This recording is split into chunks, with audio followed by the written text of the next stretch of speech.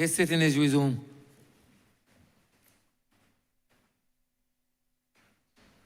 Honourable Member for the City of Bridgetown. Thank you, Mr. Speaker. Sir, and it is my pleasure to join this debate at this time to lend my support to this debt conversion project, the debt for nature swap. Now, some may ask the question, what does the member for the City of Bridgetown has really to contribute to this maritime affair? Some may ask the question, what does he has to contribute to this financial affair? But what I raised today to speak about, sir, on a serious note, is really to emphasize, underline, and underscore the three great presentations that went before myself, and also to really underscore the people part of it. Basically, to ask Barbadians to get involved. A lot of the times when we bring these types of legislations and projects, the average Barbadian, sir, believe that these are projects of the government. These are projects for the scientists. These are projects for the financiers. And not understand that there's possibility and potential to be projects of the people, the projects of them, the project of I, that they can be involved in the marine space. They can be involved in the nature space. They can be involved in marine conservation through the Caribbean Youth Environment Network. And today, sir, as you recognize that we do have the National Youth Parliament with us, and they're having a debate on the 30th in these very chambers, looking at education reform. And how can you educate reform, or reform education in a way, that persons can see their role in society? Educate Barbadians in a way that they understand what debt is about. And debt doesn't always have to be a bad word. So, sir, I come to make a short presentation to speak to Barbadians, the public, through you.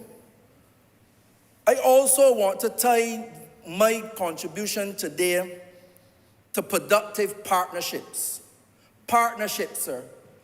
Because the reality is that we are in this together. The reality is that the government cannot do it alone. And hence the need for productive, positive partnerships. Mr. Speaker, sir, as we prepare to do the One Family program, the Honourable Member for St. Michael South and myself leading the charge, what Barbadians need to understand, and he spoke about it last week, remember, that we may need upwards of $150 million in value, but 75% or more of that is required through partnerships. We have now got to turn the corner and move the needle towards understanding that this Barbados belongs to all of us, and it will take all of us to get to the mountaintop. We cannot lean or depend on one. We cannot lean or depend on 30. We need to lean and depend on 287,000 plus people of this republic called Barbados, sir. It is a reality. It is a fact. And talking about batting hands, sir, one of the partnerships that I am excited about is a partnership with the U.S. Embassy. And through your permission, I am grateful to welcome Kevin Oakley. He is now the new First Secretary, Political and Economic Officer for Barbados, focusing on Barbados affairs. And those are the type of partnerships that we need as we seek not only policy and technical assistance, but financial assistance for Barbados and the region. And also his colleague, Joseph Tordilla, who is here and have been giving great support to the people and government of Barbados thus far. And I really wanted to commend them. We went through just my constituency, looking again at partnerships, not just for the city of Barbados, but of Barbados as a whole. That is what they're there. And I commend them for their efforts, and I commend them for the work that they are about to do, ladies and gentlemen, that must be done in Barbados. Another unique thing about Kevin, I mentioned this in talking about Barney and Han, he was actually friends with Malcolm Nash. And if any of you know Malcolm Nash, you know that there's no 6 by Garfield Sobers, Sir Excellent, without Malcolm Nash. That is his friend, who Sir Garfield Sobers 6 But I understand he got over it, so we're in good state. So the partnership can continue, sir.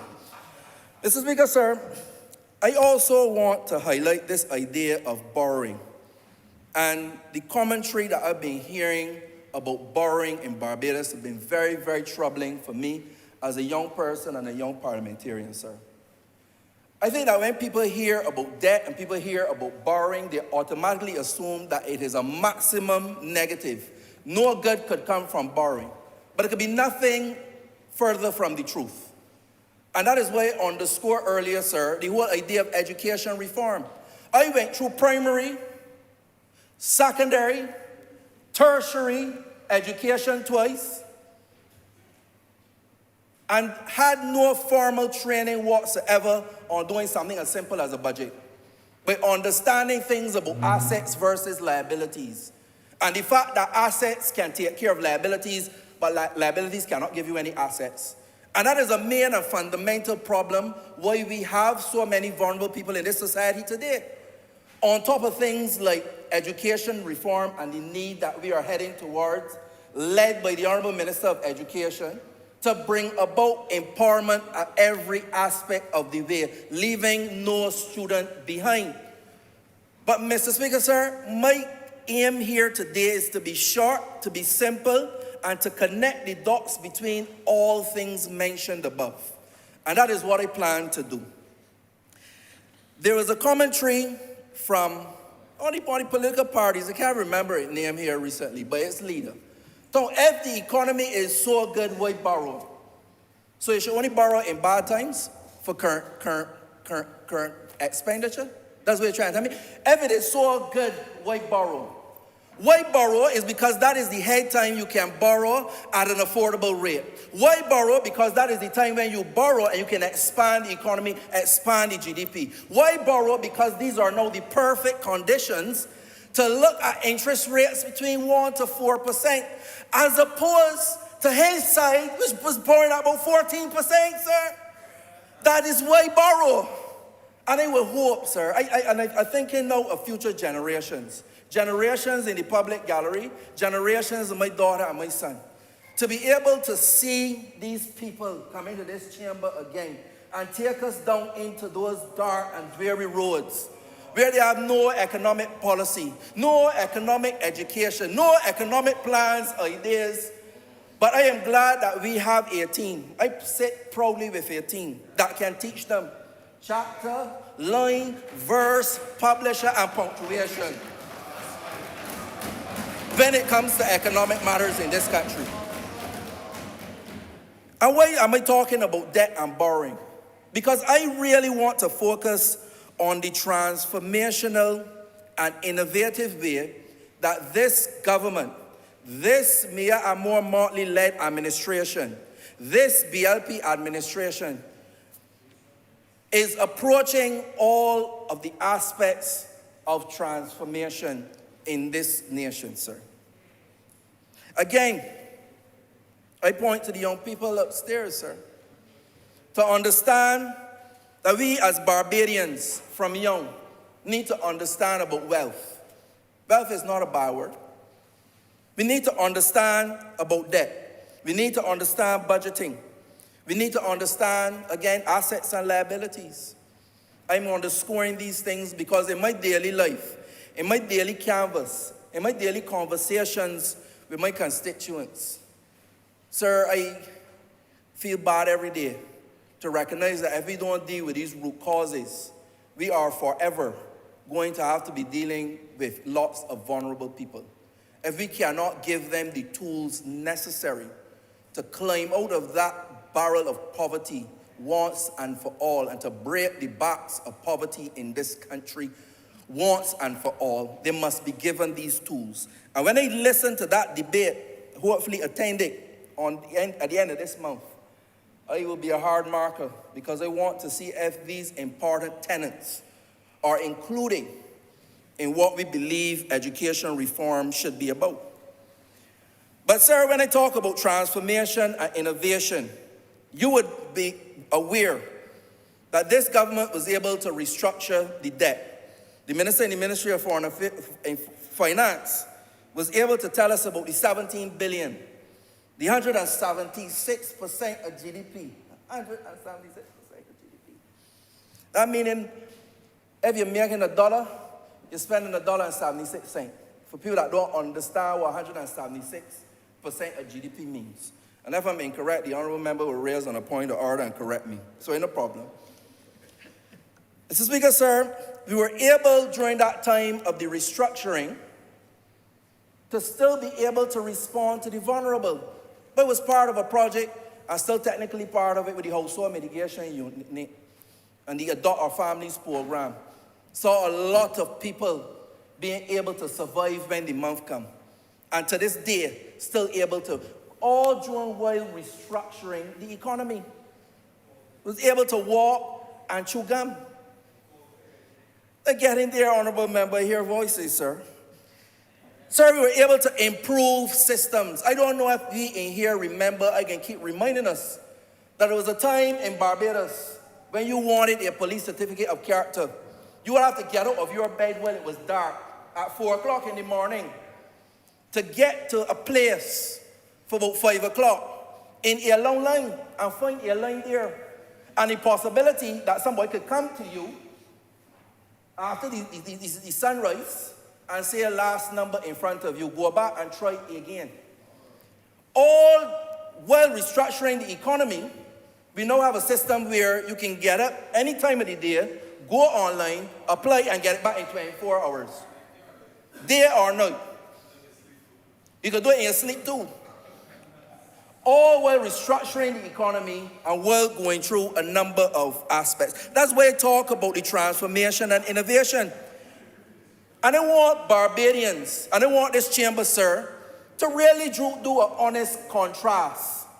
In 2010, this government was part of the chamber on this side when we got a lash where, the national lash, where a leader passed away. And we went into drift. We were like a boat on the ocean without the oar, without the engine, just drifting. But in 2018, 2019, 2020, we came in and we inherited a debt. We had an economic lash. Then we had a volcanic lash. We had a pandemic lash. We had a climatic lash. Lash after lash after lash. And all during these lashes on top of lashes, call it country abuse, too many lashes. We're able to restructure the debt, respond to the vulnerable, improve systems. We were also able, after the restructuring, to attract low cost debt, to be able to look after the people even more, and more importantly, to roll a wicket of a growth pitch. The sort of pitch that I hit 6 sixes on. That is the sort of wicket that we are rolling now, Mr. Speaker. And that is really where the mission is at and what we are doing. And I want to talk about the creativity and the innovation of this team through you, sir, to the public of Barbados. Because I think that sometimes we take it for granted. Sometimes you do so well that you actually put yourself at a disadvantage. I remember being on the HIV/AIDS Commission, doing fantastic work to the part where WHO said, well, they need no more help. When they're doing too good, when they're doing well, carry on smartly. But if we do not remind the people about the creativity and the innovation that we brought to bear to be able to make their lives a little better, even if it is not the best, I think it bears reminding. Because before, and if people remember 1991, my mother was one of the conductors that went home. My mother used to work with the Honourable Member for St. Michael South, worked next to one another, and she went home too. They went home together, probably on the same bus that they used to conduct on. They went home. And there was no cushion. There was no thing for the vulnerable. There was no household mitigation unit. There was no creativity in responding to the vulnerable. It was wham, bam, thank you, ma'am, go home and look for something else to do. That is what it was about. So in the past, and even in the near past too, because in 2016, it was about 3,500 that went home. And again, there was no household mitigation unit, no RIRI, no TT, no nothing. It was wham, bam, thank you, ma'am, go and find something to do. But while doing all of this, this creative, innovative, and more importantly, caring government put not only a cushion, but a pillow to go with the cushion for the vulnerable and the people of Barbados. To be able to make sure that the norm was not continued, sir. To decapitate poor people was the order of the day when we had to do restructuring, because we used to send home people from the bottom all the time. But what did this government do? What did this Prime Minister do? What did the finance team of this government do? They say we ain't decapitating people, we're giving them a haircut. We ain't just take a little bit off of the high top. So we did some creative work with making sure that the banks and the bonds and the banks that could more withstand the blow than the people of Barbados. So everybody take a little bit, and everybody had some, as opposed to decapitating poor people in this country. Again, this debt swap, sir, speaks to that type of creativity. Because, you know, it's the big joke that we talk about debt and borrowing. There's no debt or borrowing here. That's the funny thing about it. The innovation of this is that we're looking to get a minimum of $30 million US. For anybody that know quick math, that is 60 million Barbados dollars out of an initiative like this. And I don't need to go over that. My colleagues that went before did it quite well. But I think that when you look at it, it's a big joke. When you're talking about borrowing and linking it to this, you will put Trevor Eastman and Matt Finger out of business with this sort of business, because at the end of the day, people need to understand their creativity. And this creativity is no one-off, sir. This government has taken the sun, which has been around longer than the Honourable Member for St. Lucie. The sun that has been there from the beginning of time. And able to produce the value of land for people to live at a reasonable cost.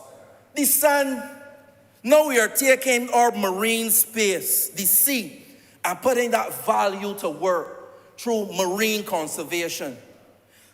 Sir, we're going to take goodwill to ensure that we can take care of these 1,000 families, almost 8,000 people. We are taking the environment through the 5 C's and the Climate Fund and other initiatives to ensure that once and for all we can sewer a lot of poor people in this country.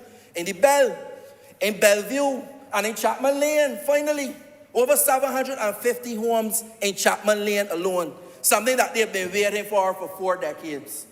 Before it was born, sir. And that is now around the corner. St. George is able to benefit from that. St. Michael, lots of residents. So we'll be using the earth, we're using the wind, we're using the sun, we're using the sea. What the Honourable Prime Minister going to be Captain Planet? Let your powers combine, sir. She has been innovative in leading the charge to ensure that we can bring to the people of Barbados a sense and a standard of living beyond what we have known as we seek to improve. That is our job in this chamber. To be able to be innovative in one of the worst times in mankind's history. And I am satisfied. I'm more than satisfied, sir. I am proud to be part of a team who is able to manage a process like this, done by the former Minister of Maritime Affairs, carried on by the present Minister of Maritime Affairs, led by the Minister in the Ministry of Foreign Affairs, and supported by this administration to make sure that we do what we said we come to do, sir, which is a better life for all. And with that, sir, I conclude in saying that I support this bill.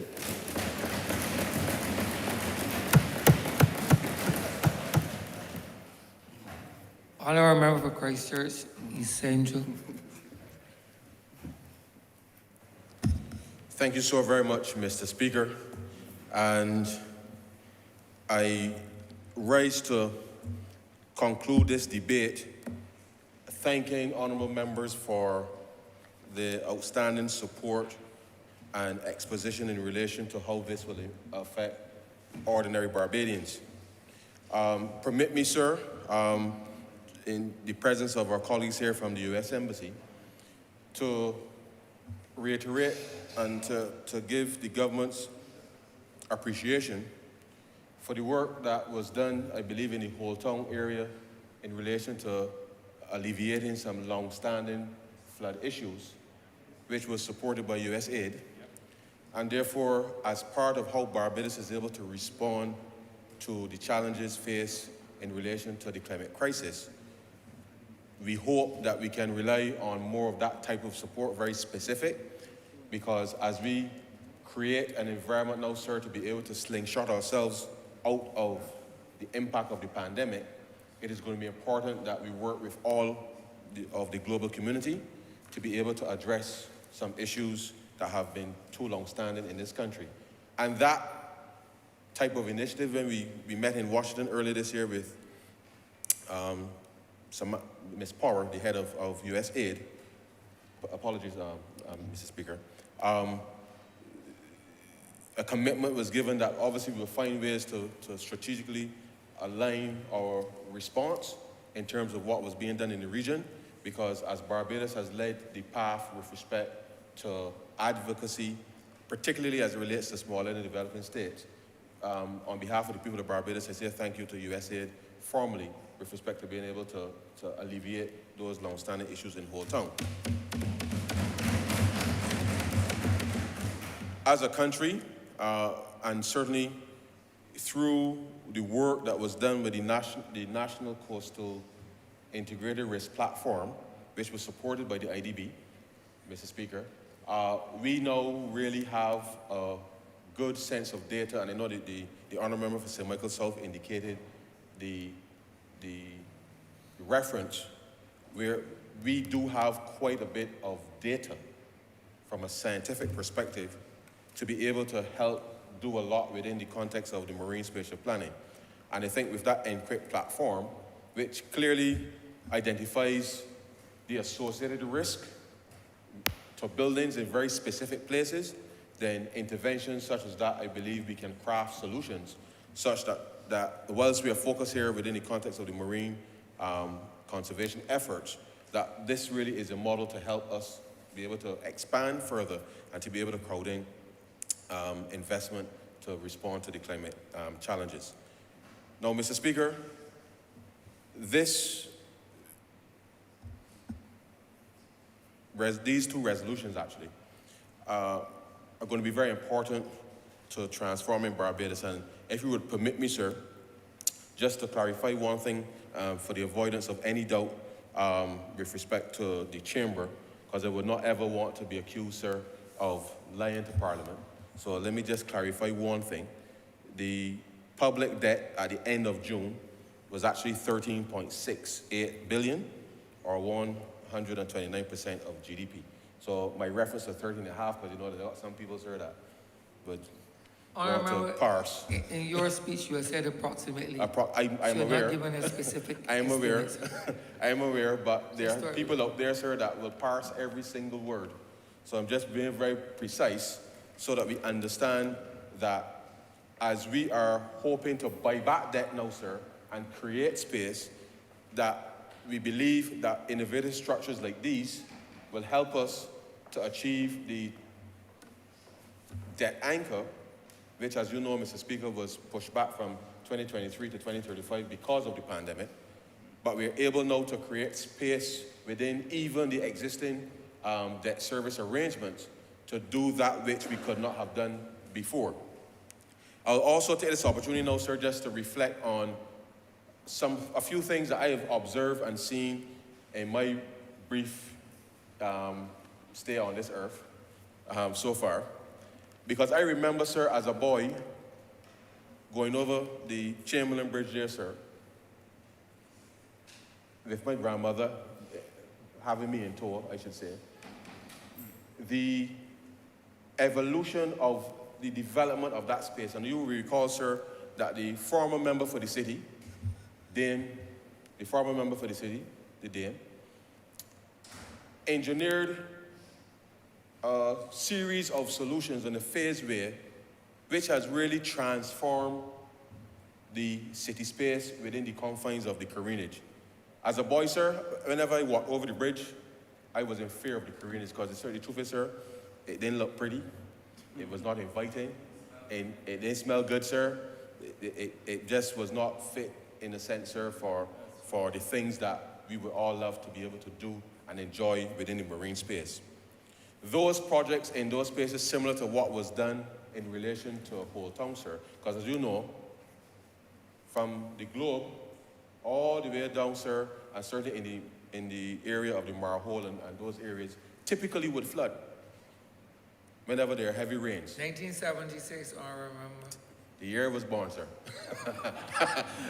and we have seen incremental change led by this Barbados Labour Party government to address some of these very critical issues across the landscape of the country. Certainly in my constituency in Watton, we've seen some development in that space. We've seen some development down in relation to in the Chapman Lane area. The name escapes me now. In the Chapman Lane area, where we have widened the Murphy's Pasture, where we've widened the canal space in order to enhance the environs for residents. Because as you know, sir, if water isn't moving, it starts to settle, it creates issues with respect to mosquitoes, you get vector-borne diseases within the spaces, and therefore you have to appreciate that you need to have the free flow of water such that it improves the lives for all of our citizens. And I've seen, sir, in my own lifetime, a significant set of development which the Honourable Member for St. Michael South Central in recent vintage, dealing with the Constitution River project, sir.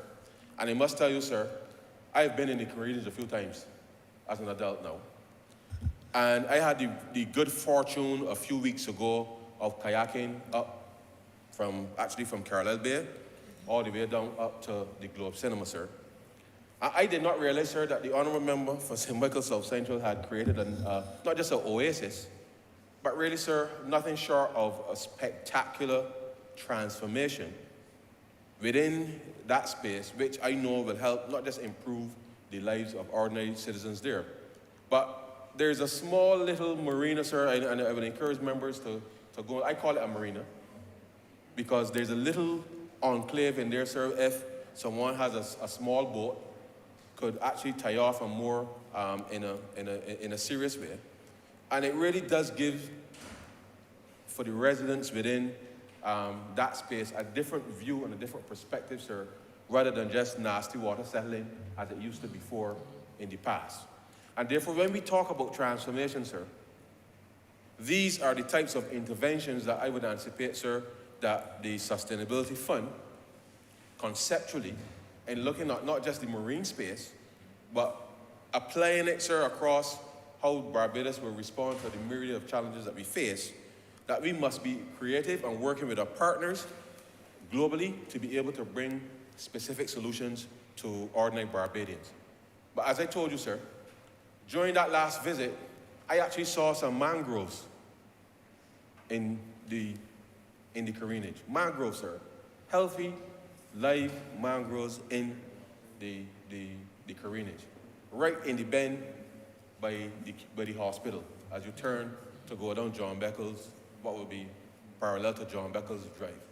These are the kinds of interventions, sir, that we're talking about that will not just help keep the water clean, as the mangroves tend to do, but we are actually creating an oasis where either for leisure purposes, sir, or opportunities for persons to do business within that space. And I hope that the whole of town, those persons who live in town, will use these spaces, sir, in order to be able to improve their livelihoods, but obviously not see it, sir, as something that the government do, but something that is available, sir, for the people of Barbados to benefit from. I hope, sir, that we will be able to widen the canal and go even further up, sir, to come up by you. Because it would be a wonderful thing, sir, it would be a wonderful thing for us to be able to get up to Bellevue, sir. You go get Bridgewood first, you go on to get the Bridgewood. Agreed. So, through the canal there, sir, there is space. And therefore, I know that with I'm not sure what is precisely contemplated in relation to the sewage solution within the context of that Bellevue area. But I believe that this would be an opportunity to be able to not just solve the problems with respect to sewage, but certainly improve develop flood mitigation efforts to be able to ensure then that we are able to do more within that space. And therefore, these are the kinds of solutions, sir, that whilst we've had to borrow monies directly to fund those types of activities in the past, then I believe that this type of transaction with the crowding in of additional resources, sir, will be able to help us to be able to do some of these very innovative interventions that not just improves the environment, but I think certainly the quality of life, sir, for ordinary Barbadians living close to these things. It is important, sir, to underscore that whilst this will always be in progress, the development of the country, sir, is hinged and has always been tied to how we use debt. We have used debt in the past, sir, to build our schools. We've used debt in the past, sir, to build our polyclinics. We've used debt in the past, sir, to build our hospitals, our police stations, our roads, our fire stations, sir, our post offices. We have used debt, sir, to create the lifestyle to which we become accustomed in Barbados. What is critically important now, sir, is that in this post-pandemic world that is even more challenging than when we went into the pandemic, sir, Barbadians now must ensure that we all work together, sir, to solve those niggling problems that have confused the place for far too long, sir, so that we can spend our very precious time focusing on actual problems, the big problems, in order to help the country get out of this situation much faster, sir, than current trajectory. Because whether we like it or not, sir, I don't know what's around the corner next year. And I would rather that we solve and deal with whether it's digitization and the like, whether in government or in the private sector, sir, that we just adopt. We work through whatever issues we got to work through, but just make sure, sir, that we are making progress day by day in order to help reduce the cost of doing business, reduce time to do things, and the example that the Honourable Member gave in relation to the police certificate character, sir, is spot on. Because I want, as I know that we've been working with all the financial institutions to develop the real-time payment system, I want, sir, that people can pay the taxes and government receive the money at any time. At any time. And that government can pay people directly in real time and the money goes into their accounts real time. And therefore, in order for us to be able to do that, it means that we must ensure that our systems are appropriately integrated such that the efficiency can be lived and made real for ordinary citizens in this country. And so, sir, I believe wholeheartedly in this transaction. I wish it was a little bigger to get a little more savings because it means that we'll be able to do more faster, but I feel confident still that once the transaction is executed, sir, the ability for the fund to be able to receive additional resources to do very specific things. And let me reiterate, sir, that when I speak of the fund, it is not a government fund. Monies will be redirected from the consolidated fund, sir, which is now legally required to pay debt, redirected from the consolidated fund to the Barbados Environment and Sustainability Fund to be able to do very specific activities that the Honourable Member for St. Michael South as well as Christchurch West Central articulated in relation to the environmental milestones that are part of the commitments in relation to the debt for nature swap. At the end of all of this, sir, we still have to get up every day and make sure that the rest of the government is running as it should be running, sir.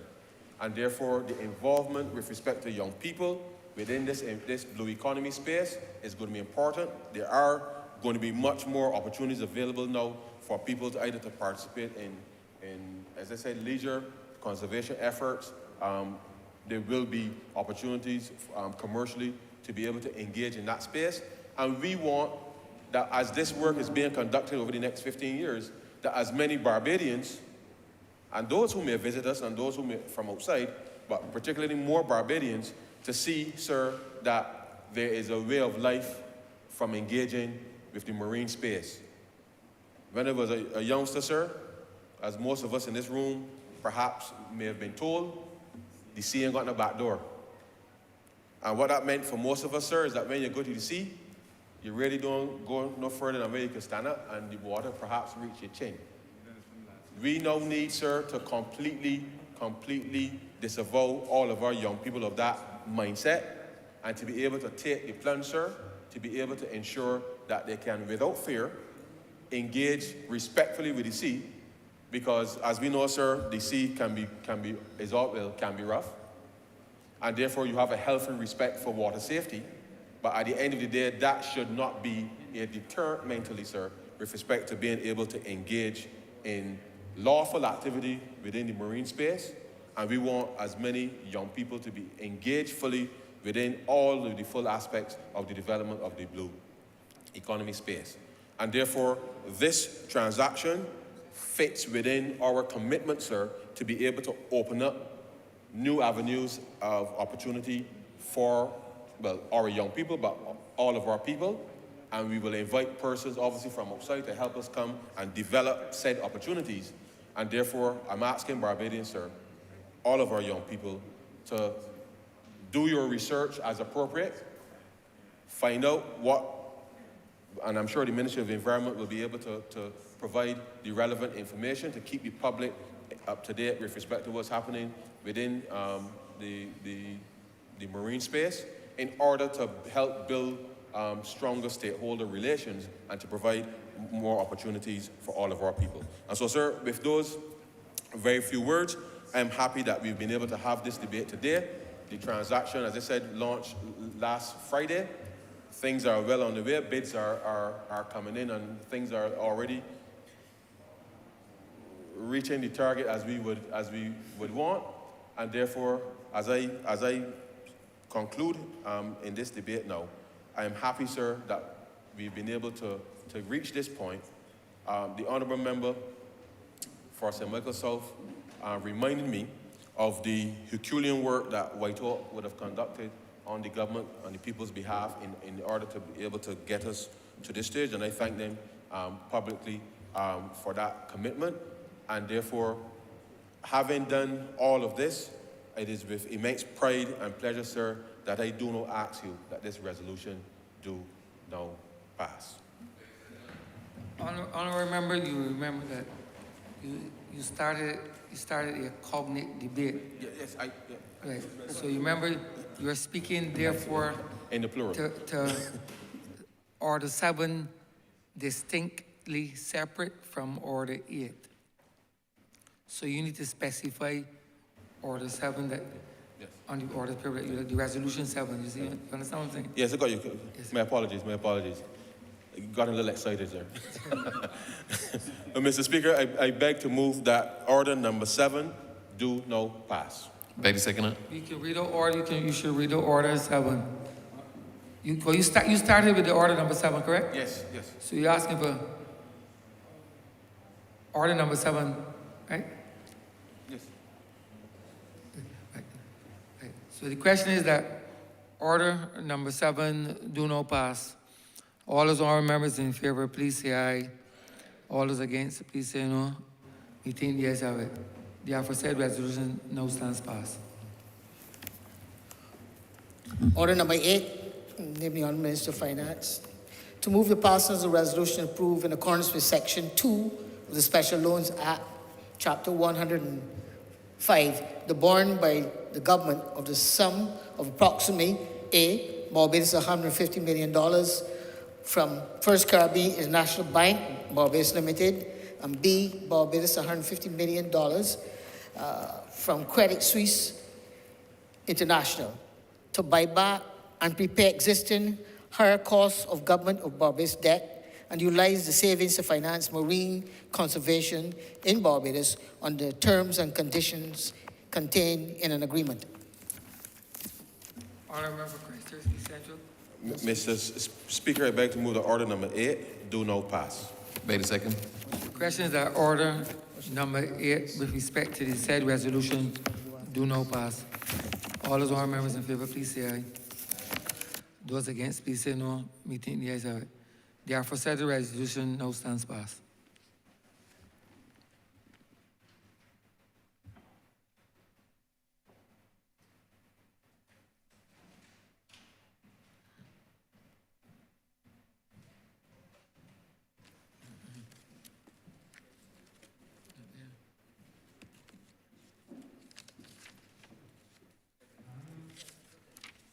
Yeah. Yeah, resolution. Supplementary order paper. In the name of the Honourable Minister of Housing and Lands, to move the passing of a resolution to approve in accordance with Section 5 of the Crown Lands Vesting and Disposal Act, Chapter 225, the vesting in the Barbados Tourism Investment, Inc. of a parcel of land, the property of the state, together with the buildings thereon, known as the Treasury Building, situate at Bay Street in the parish of St. Michael in this island for the purpose of residential development. Honourable Member Christchurch West. Thank you very much, Mr. Speaker. As I rise to bring to notice and to offer for the approval of this Honourable House a vesting of the Treasury Building just across the road from us here in this chamber.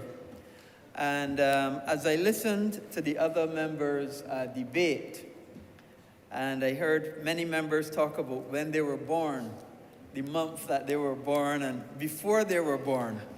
And as I looked through and I looked at the Treasury Building, the Treasury Building was opened on November 22nd, 1967.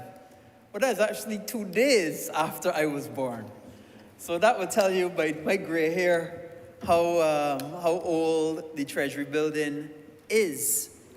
And I guess by extension how old I am as well. November 22nd of 1960. I'm hearing asides that it's an antique. I don't know if it means that the building is an antique or if I am an antique. But certainly the Treasury Building has been there for a long time and has been an icon for Barbados and for Bridgetown. I could go further and say that my great uncle was one of the subcontractors that built the Treasury Building, and it continues to stand there, and engineering assessments have been done of the Treasury Building, and it continues to be a wonderfully well-built building that continues to stand the test of time, although being next door to the river. And for those of you who know anything about buildings in Bridgetown, you just need to go 6 feet deep, 6 to 10 feet deep, including this building, Mr. Speaker, and you tend to hit water. But just the other day, we had to take down the National Insurance Building because of water seepage underneath it, and the foundation was causing it to have a problem. A National Insurance Building that was built in 1971.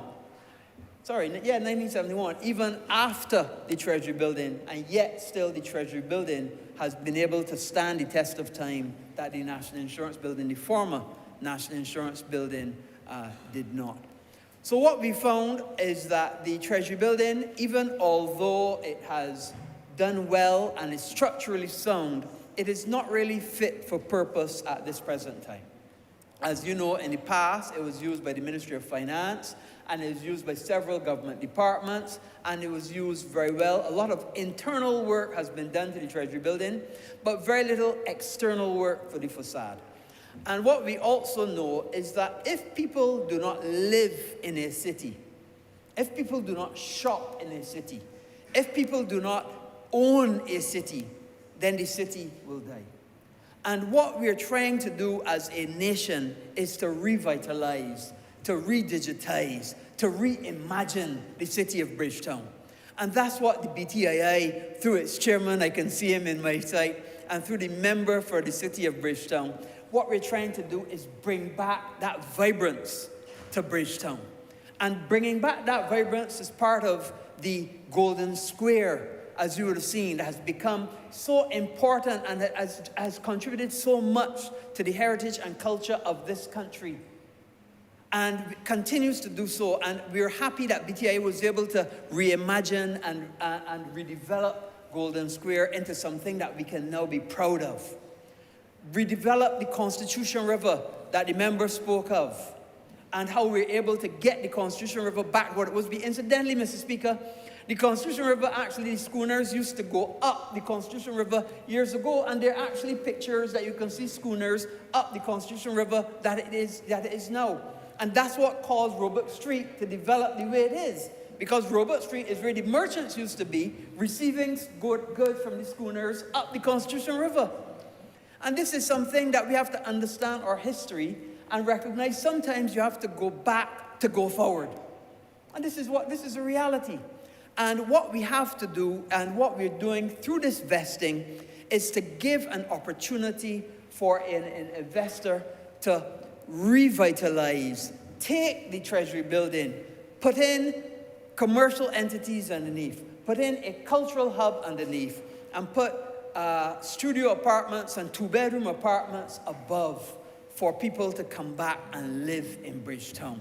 And this is not only seen as by itself, but it must be seen as a total redevelopment of the whole cityscape. You know, Mr. Speaker, I remember many, many years ago when Dame Billy Miller, the former member for the former member for the city of Bridgetown, put forward to the then members of Parliament. This would have been 2003, 2004. I think it was a concept done by a Design Collaborative, a company, an architectural company, of what they wanted to do to revitalize the city of Bridgetown. And that included what was Carinage development. It included what the members spoke about, which is making the boardwalk along the Carinage. It included the fountains. And I was so happy that once when we were into Republic Day, we had the fountains going in the Carinage, and it really blessed my heart to see what the city of Bridgetown could be. I don't know why we don't have back the fountains. I'd like to see the fountains there full time. And it's something that we need to work on, because you go up to other countries and you see fountains that are lit and they have well lit, and it becomes a nighttime attraction. You have people playing music, and you have outdoor dining and so on around the waterfront. This is the kind of Bridgetown that we want. This is the vision that we have for our capital city. And part of that vision includes the BTIA and all the developments included, and the vesting of the Treasury building in the BTIA so that they can give an RFP and get a developer involved to redevelop that space. And we're not going to stop there. We're looking at redeveloping all the way from Needham's Point, all the way down along the Bay Street corridor, all the way down to the Screw Dock, Carlisle House, all that way down, all the way down to Kensington, to redevelop that whole stretch, put in hotels where necessary, cafeterias where necessary, coffee shops, outdoor dining, all of that, and bring Bridgetown into the 21st century and make it a modern, attractive city that all of us can be proud of. And that is exactly what we intend to do. But you know, Mr. Speaker, the journey of 1,000 miles starts with that first step. But we're not at the first step, you know, because we've done the Golden Square. We're about to do Hyatt, and I understand that the Hyatt, as you know, is only had some setbacks with its financing, but they're soon about to start the construction of Hyatt. We're going into negotiations for Carlisle Car Park, and that, adjoining that property onto the Carlisle House to make another hotel development there. We're in negotiations with deciding what we're going to do with what's called the Legends Hotel, which is to move, to put a hotel where, what's the name of that? The procurement center for government is now, central purchasing is now, move that to another location and build an opportunity to build another tourism development there. Of course, we have all the other tourism developments in the Screw Dock area, Pier Head area, all the way through. This is the vision that was not only in the physical development plan that the Honourable Member for St. Michael South Central worked so hard on, the former one, and the current one that she worked very, very hard on when she was as the Minister for Planning and Development, but also the vision of the Prime Minister to see this country grow and to see this country develop. Because at the end of the day, what we need is capital projects. What we need is growth in this country. And the only way we can get growth is by government, private sector, foreign direct investment, and every person in Barbados working to achieve that objective, to see this country improve, to see this country get better. And the only way we can do that is by making it attractive. So this is but one.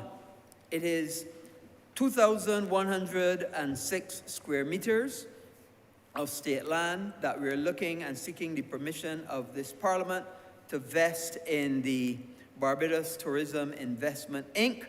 It is 7 floors up, 7 floors, and it is a total of 55,810 square feet.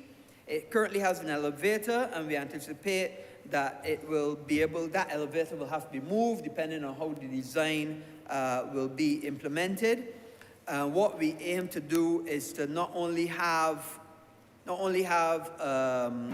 opportunities for commercial activity, but also opportunities for residential activity in this. And let me take the opportunity to, if you give me permission, the Speaker, is to really sound the significant work that the Chief Executive Officer of BTIA has been doing. It's really tremendous work that he's been doing, and I've been working tirelessly with him on the Sam Lords redevelopment. It's been a long, long time in coming, and we are poised to take that, to finish certainly the infrastructure work of that development in December, and it is a massive, massive undertaking.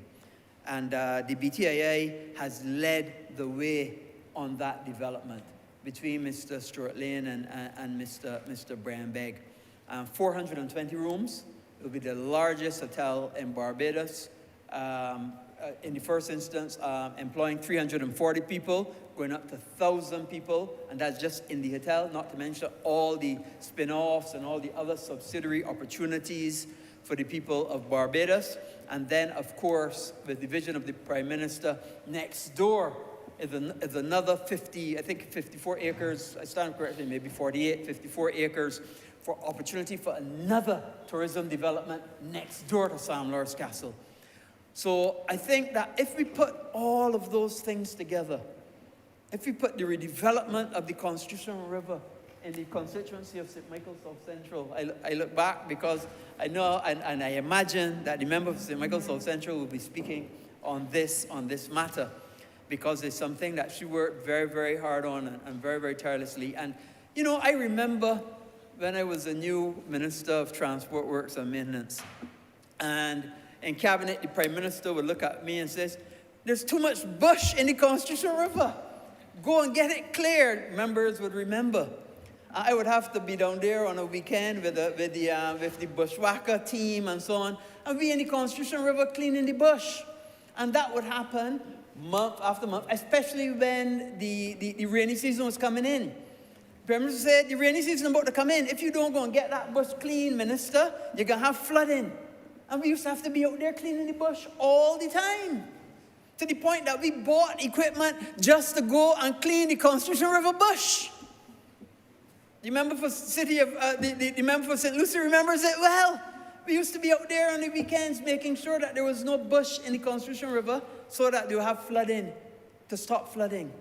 And now I am so proud to drive by and walk by and go in Queen's Park and look in the Constitution River and see it is now a river and no longer bush. I'm so happy to see it and see how transformation and how an idea in somebody's head can become a reality for the benefit of everyone. It's a tremendous transformation. And I look forward to, with the approval of this Parliament, once we agree to the vesting of the Treasury building in BTIA and its transformation of the facade, external as well as the internal, so that we can get residential, commercial, and cultural opportunities for the people of Barbados right next door, our neighbor, right here, and to be the second step in the revitalization of our capital city. With those few words, Mr. Speaker, I ask that this resolution do not pass. Honourable Member for St. Michael South Central. Thank you, Mr. Speaker. Sir, I reflect on the very lofty policy discussions that took place in this honourable place earlier today. And I am glad to see that such important policy and practical matters are in the capable hands of those who participated in the debate. But sir, today I rise to reflect from a different place. I rise almost to talk to this honourable chamber through you, sir, about a tale of two cities. As some famous writers, one famous writer once put it. But I make that reference because we often talk about the city of Bridgetown as if, and the idea of Bridgetown regeneration and Bridgetown renewal, as if the very discrete area that we call town is all that we mean. You know, across the world, people talk about the Greater Toronto area and all kinds of things, and really I talk about the Greater Bridgetown area. And in the Greater Bridgetown area, there are two cities.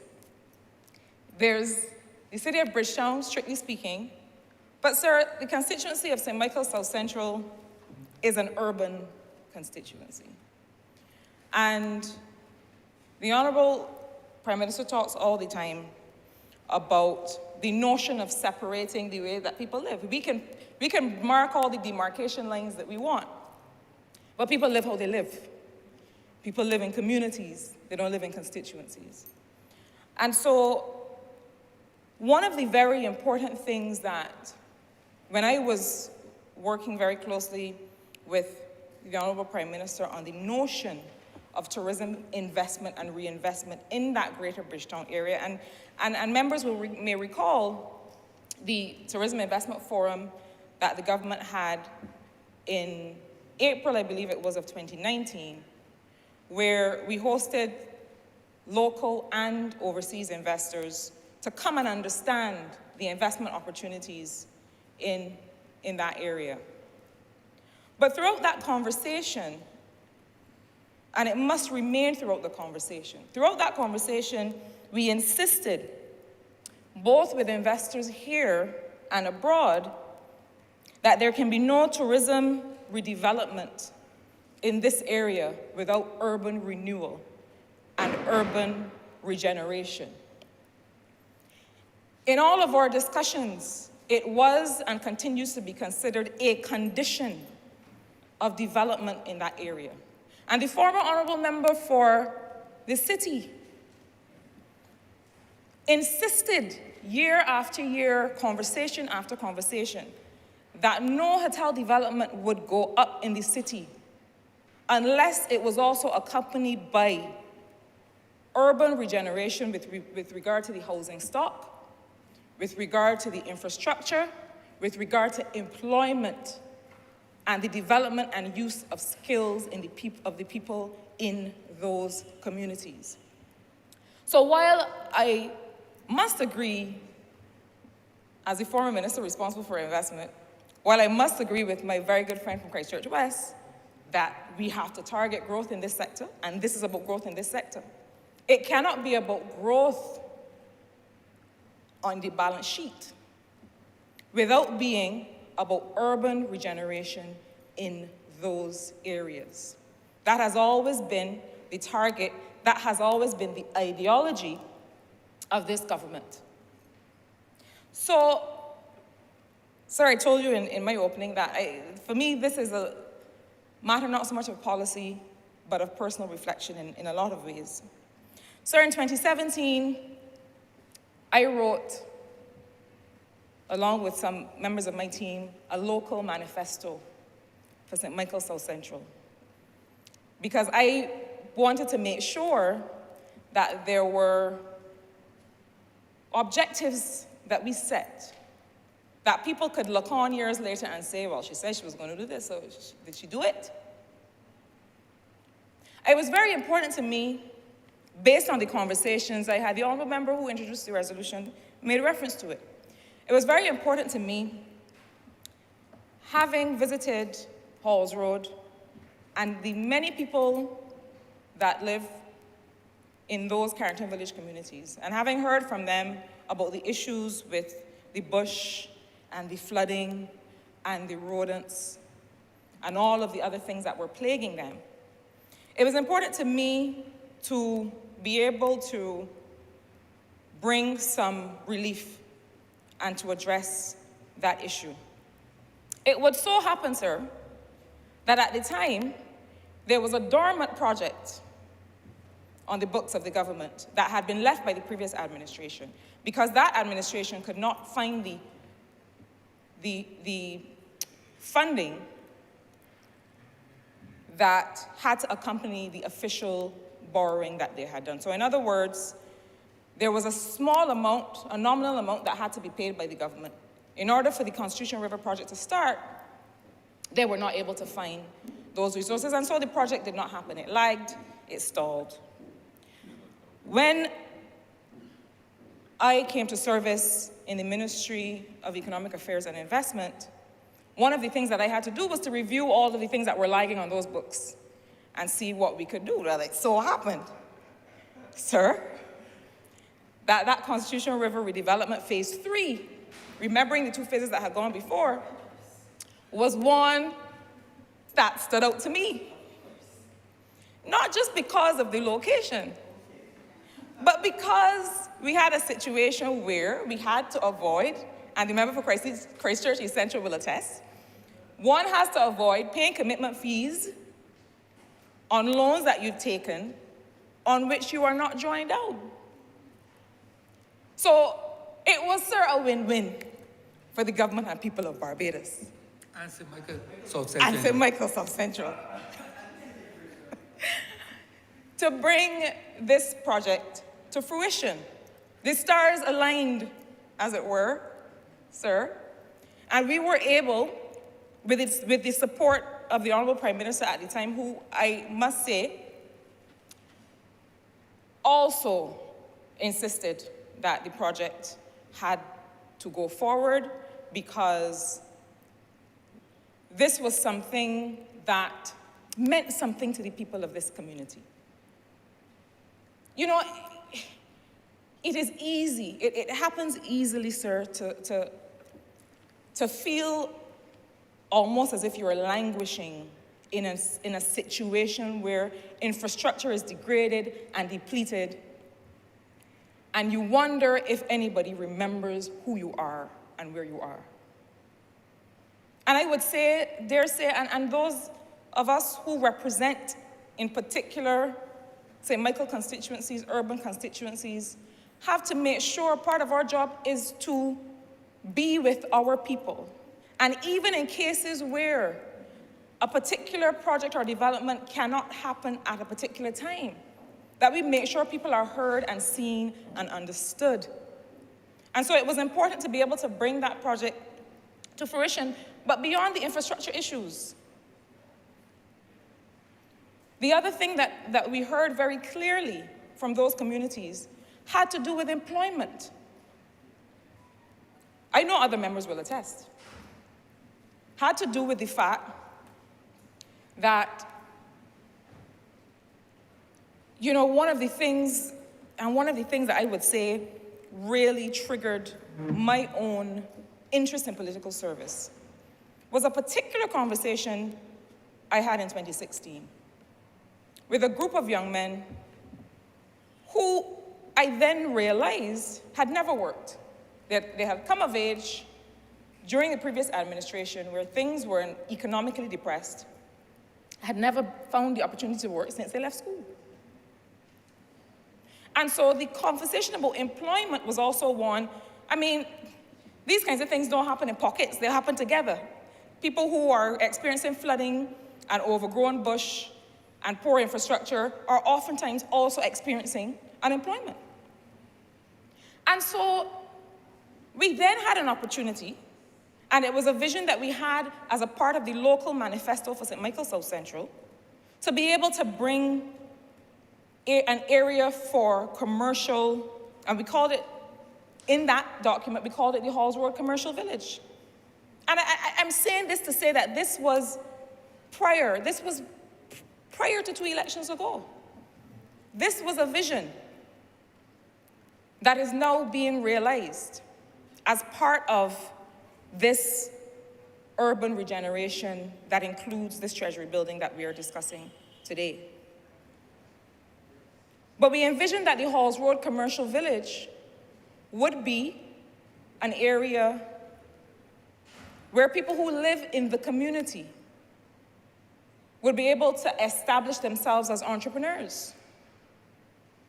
And, sir, the stars aligned again, because the then Minister of Youth was able to work with us to establish a building blocks project for St. Michael South Central that would mean that not only are we talking about a Constitution River Canal redevelopment, but at the same time, we're bringing in a commercial village so young people can feel as if this space really belongs to them. And yes, we want these small boats to come in and berth, which is one of the brilliant parts of that. But we don't only want small boats to come in and berth, we want the people from the community to also feel that this place nice up for we. That is a part of our work, to make sure that people feel ownership of this space.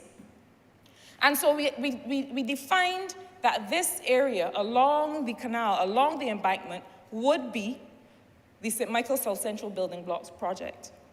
And sir, I'll say that across 3 ministers of youth, I have been privileged to be able to work closely with each to this day to make sure that that is a reality. But I speak to it today because I want to make sure that as with such developments, we don't focus on the big works and forget about the small works that will really affect people.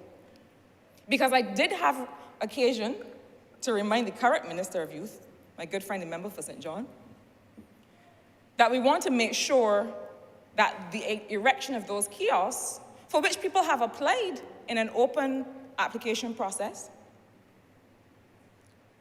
because we wanted to make things fair and transparent, but for which people from the area who were told, this is your building blocks project, have already applied. But I find myself having to answer questions about when our work's going to start. And so I use this opportunity to remind colleagues that the Constitution River redevelopment is not complete until the St. Michael South Central Building Blocks project is complete. Because there is to be no tourism redevelopment, there is to be no large infrastructure redevelopment without bringing people along, without urban renewal and regeneration. Sir, there is another component of that project that is important to the St. Michael South Central community. In their first match of the Republic Cup, I believe it's called, the Weymouth Wales team defeated their opponents 12-love. It's like a netball match, right? We've been seeing some big goals, some big numbers and goals being scored, so that wasn't the highest. But I mentioned that to say that the Weymouth Wales team, born, bred, developed in Carrington Village, has for many years been excelling while roaming the streets of Barbados without a home ground. I can no longer support it, sir. Not a team that has produced so many national players. Not a team that has done so well over the years. You cannot have people walking up and down with nowhere to call home. Thankfully, having appealed to the Ministry of Youth and Sports on this matter, they have agreed in principle to be able to have the Weymouth B pastor, as the team has requested, be the home ground for Weymouth Wales. However, it means that as a condition of the handover of the Constitution River project, that the field has to be regraded and reconstituted to standard for football. It means, and those of us who have run about on football fields will know that that means you got sand underneath, you got the turf on top. You don't just roll out some of the old mold that you left there.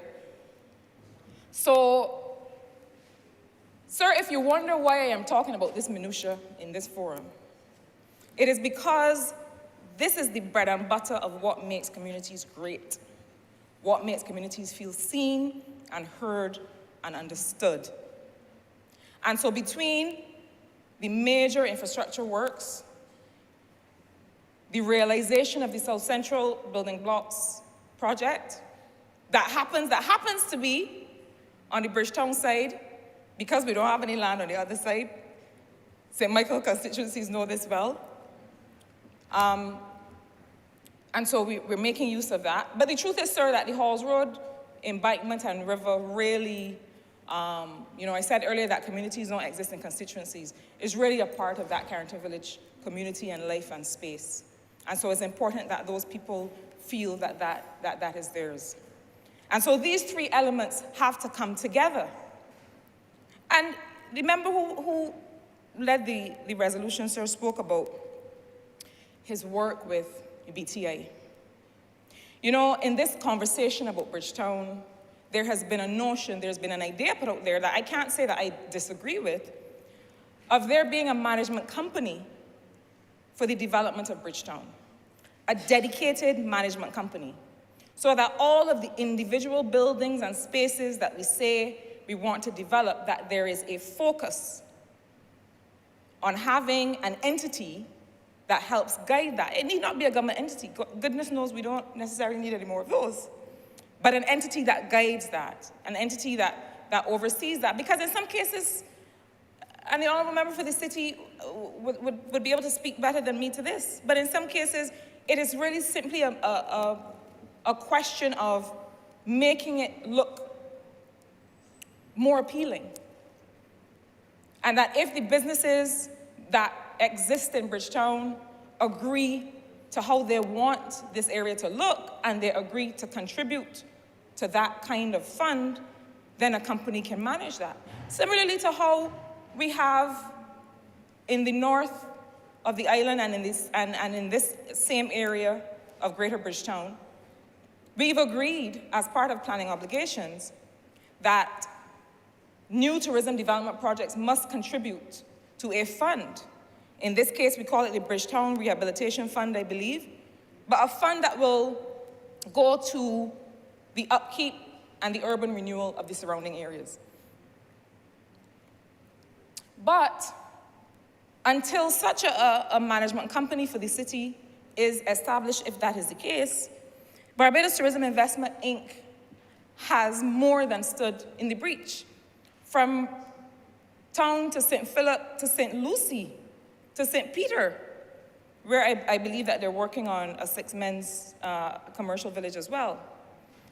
But this is an entity that has really stepped up and with few resources, been able to deliver major things for urban Barbados. And I think it's worth acknowledging the work of BTI. I have always felt as that BTI needed to be larger to be able to cover more ground more quickly. But I believe that the work that has gone on in the Greater Bridgetown area, led by BTI, really shows how much we can do with limited resources. So, sir, all that's left for me to do, the former member for the city, I reflect now on how we worked together, not just as neighbors and constituencies, but also when I had responsibility for investment, to make sure that people were always visible, and in particular, the people of the city of Bridgetown, I almost said the city of South Central, the city of Bridgetown and St. Michael South Central, to make sure, well, it is a commercial area, right? It's a commercial area in great measure. But to make sure that people remained at the center of development. And I recall that even on the Halls Road Building Blocks project, the former member was always very supportive and always understood the kind of give and take of how we work together to make communities great. And I know that sentiment and that partnership will continue, has continued, is continuing with the current member. So all that is left for me to do, sir, is to support the vesting of the Treasury building, another, what I would call legacy project, one that we started in collaboration with BTA with a real vision, When we asked people, what would you like to see the Treasury building become? They said, this is a way that we can bring back real life to the city, get some young people who may not stay here forever, who may stay for 2 years, 3 years, some single people, some young couples, some people who want to come home in the evening from work and then maybe go on the bottom floor and have a coffee and listen to some music. That was the idea for it. And then it was put out to see, well, what could you design? Who can design something to fit these specifications? And I know that others who come after me may have conversations about the issue of housing and how we make sure that people have ownership. I know certainly that in those communities that face Halls Road and face the Constitution River, that we have unfinished business. We have serious unfinished business that have to do with the transfer of title for former tenantry lands. And as long as I have the strength to stand in this place while that is not attended to, I will speak to that. Because I grew up, sir, in a house where I could sit in my living room and reach through the window and touch my neighbor. I know the pressure that puts on communities and on people. I know the pressure it puts when, you save a little bit, and you finally get a little car to drive, but you ain't got nowhere to park it. Because if everybody in that tiny road, from Baby's Gap, Train Line Road, Marl Hole Road, if everybody were to be able to save a little dollar and buy a little car, well, what would happen? Garbage truck can't come through there. People can't park. Roads are being degraded because they were never built for that much traffic. So we expect people to live 2022 lives in tenantry conditions. It has to be fixed. It has to be a part of the urban renewal and regeneration of this country. I'll tell you, I am so happy that I represent St. Michael South Central, because I believe that it is communities like these can be models for how we keep communities small and together and intimate with a certain level of development, with a certain level of progress. We can do it We should not feel that because people only have a few square feet to call home, that they shouldn't live like kings and queens. My parents made us feel like we were queens growing up. And that little block where I could put my hand through the window and touch my neighbor. Let us lift the living standards of people in these communities so that they don't feel that Barbados is progressing and they're just watching the whole thing float by. So, sir, with those few words, I commend this resolution to this honourable place.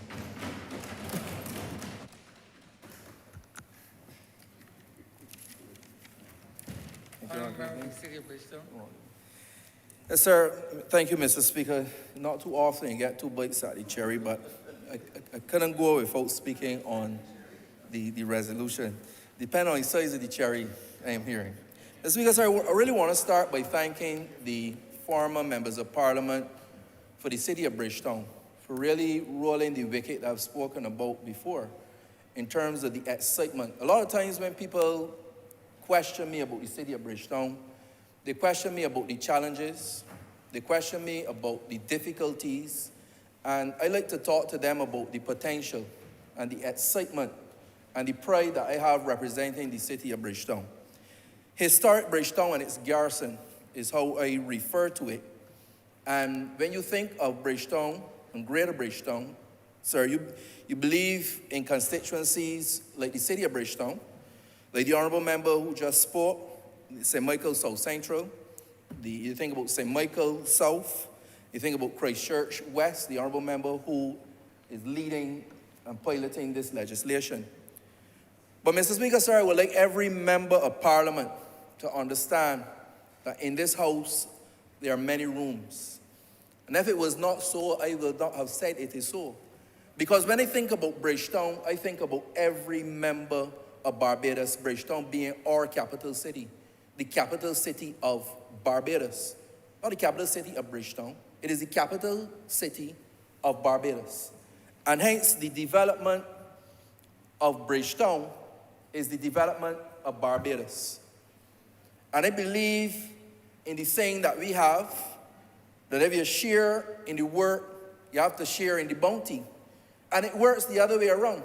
Because I believe that Bridgetown can bring a bounty to Barbados. And if we can share in the bounty, of course, I would like to share in the work in the city as well.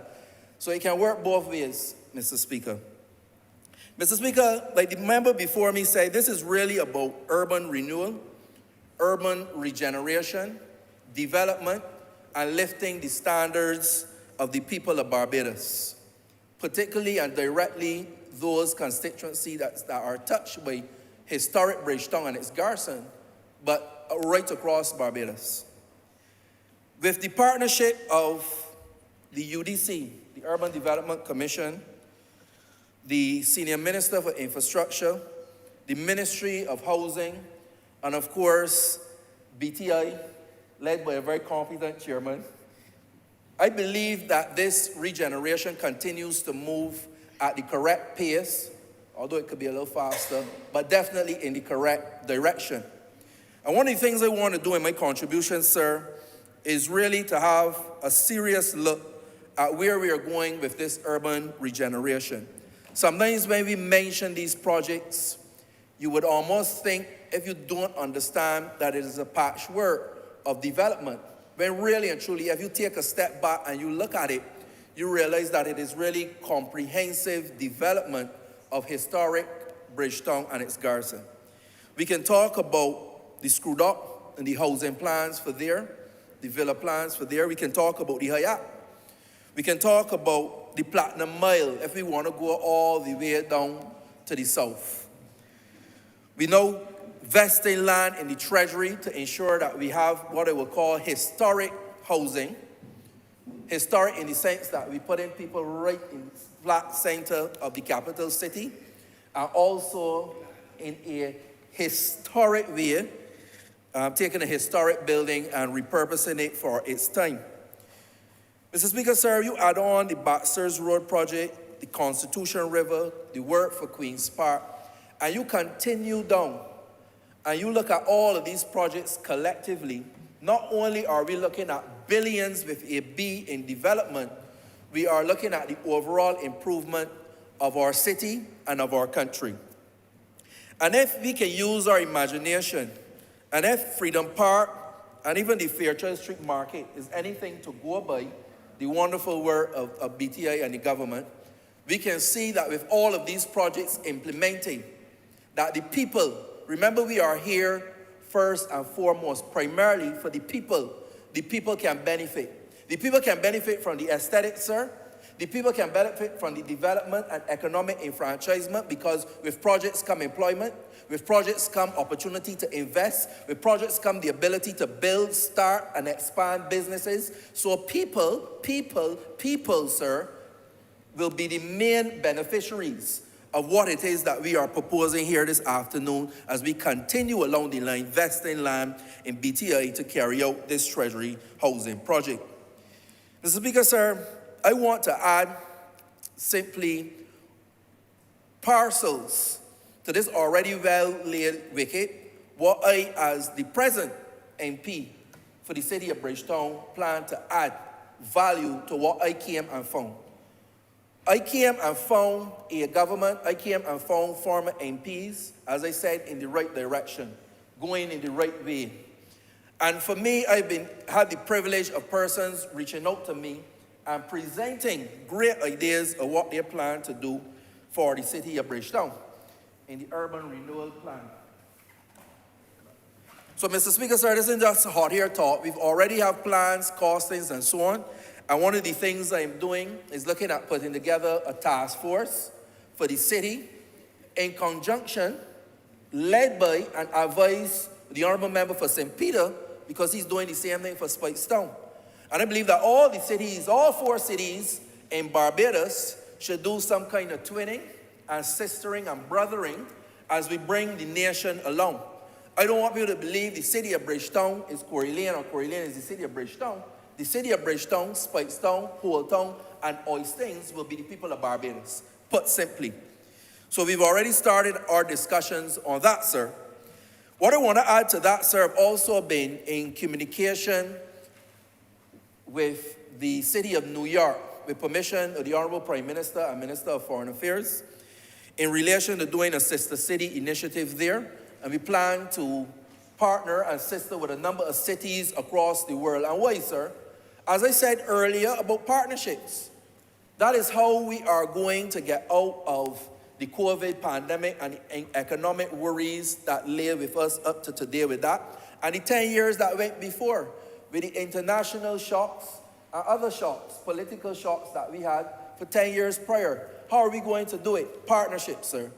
So with the permission, as I said, with the senior minister, minister responsible for foreign affairs, and the Prime Minister, we've started discussions, and the ministry is now drafting that first agreement. Because at the end of the day, it is okay to have all these plans. It's okay to have the pictures. But it costs to care and it costs to build. Everybody in here knows that. So, Mr. Speaker, we've already had the discussion with BTI, and I'd like to thank the director and the chairman. We already had the discussion with the Barbados Police Service, the Psychiatric Hospital, NCC, the Private Sector Association, the Barbados Chamber of Commerce, and some of the developers working on some of the major projects. They toured the city with me, sir. We've had the discussions with UDC as well. Now, the task force and myself, sir, we plan to be the glue, really, that brings these projects together, and the glue that actually keeps it together and helps us to go out there on the market to ensure that the ideas that I am thinking of adding to the already good work of the team, that they can come to fruition, because they will need substantial financing to do these big projects. Some I will mention, sir, just so that the public's appetite is whet in relation to where we are going for the city of Bridgetown. And of course, we want to do things like greenscapes to bring beauty to the city, but also to bring a level of coolness to it. Cool in the way in which it looks, and cool in the way in which it feels. And everybody knows what's happening this week in relation to the heat, that we can get more green spaces, green walls, and green banks in the city of Bridgetown, we can actually bring down the temperature and we can have an aesthetically pleasing city of Bridgetown once again. The seating, we have proposals for beautiful seating, practical seating, seating with lighting, seating with USB, seating with Wi-Fi, so that people not only come to the city and try to get out as fast as possible, but they can sit comfortably, they can eat in the city, they can work in the city, apart from living in the city after we vest the Treasury building into BTA for that purpose. Canopies. Now, I didn't just want the persons who made the presentation to me to come and say, let's do these canopies. One of the things we want to do, the initial thought was to have the people of the city, the schools of the city, but I'm thinking more now on reflection, the people of Barbados to have some kind of competition for a theme for the city. Will it be a city of love? Will it be a city of flying fish? Will it be the city of anything? What I want to put that out to the people of Barbados so that we have some kind of theme running through the city. Lights and cameras is something that we've spoken about for a long time, and it is something that is desperately needed because of the times we are in, even more so. Bike lanes and bike parking spaces, a lot more solar technology and solar lighting. The pedal boats, and romantic pedal boats at that. We've now moved from the wharf to the Constitution River. And we want to tap into the whole idea of the heritage of it. A lot of people may not know, but a lot of people used to load up some goods down by the Shudok, down by the Carinage, and used to make their way into Robert Street to ply their goods using some small boats. We will now be able to link the heritage, to have these romantic lit pedal boats, so that the honourable member to my left, he wants to take Lady Frame up the Carinage, up the river, in these nice boats when the night comes, just for a quick chat and a chat and return, sir. You understand me? Buy a burger or a beer. We good to go, sir. So these are things that I believe would add serious value to nightlife in the city. So we can picture the beautiful lights, we can picture the fountains being lit, we can picture the romantic boats moving through the city. Oh, I'm feeling it now, Mr. Speaker, sir. I can see it and I can feel it, sir. And I'm hoping that the others too can feel it. One of the other things that we have to address is really the garbage, being able to compost, to be able to dispose of garbage, and also to treat sensitively and compassionately to the socially displaced that make a home of the city, and sometimes they do not do so in the most orderly of fashion. So that is something that I've put on the table in the proposal that the task force will be looking at in conjunction with all of the partners. Murals, another thing. There's something called mural and historic heritage tourism that is on the boom. There are people who travel to cities, who travel to countries just to capture or to participate in murals. Just last week, there was a team from the United States, through the United States Embassy, here doing a number of free murals and graffiti with their professionals. Again, partnerships in the pursuit of positive progression for the people, Mr. Speaker, sir. So the whole life and the redevelopment of the city is one that I, no doubt, Mr. Speaker, support. And with these few words, I just wanted to add that this is something that I not only give my full support to, but I plan to give all of my energy and creativity to make sure that the city of Bridgetown and the cities of Barbados and Barbados can be the best that it can be. I thank you, sir.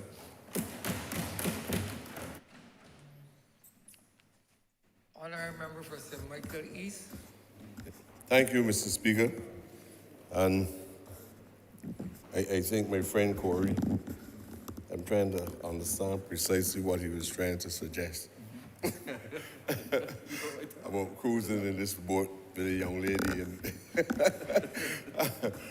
Sir, I want to make my brief contribution to this discussion on the development of Bridgetown. And in talking about the development, it's obvious that we can't go along the common path that we are accustomed to, especially the path shaped by the colonial past itself. The city of Bridgetown, the development, the infrastructure of Bridgetown came as a consequence of the specific interests in the very early times. The interest of sugar, the interest of rum. So we end up building a whole set of buildings around what's called the wharf site. So you had all these barn houses in the very early days stretch across that wharf site. And then eventually you see the development of the commercial development in the city of Bridgetown, coming to what is called Broad Street. So from the bridge down, those infrastructures from the bridge down, straight down to where they say the wharf boys used to enjoy themselves, where they had a public toilet down to the bottom and so on. That's just a little historical discourse here.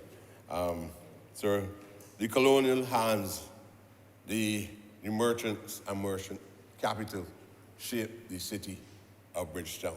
For the original people who probably would have been around Bridgetown, nothing is mentioned about that, or nothing is meant about the efforts to preserve the contribution of the labor class.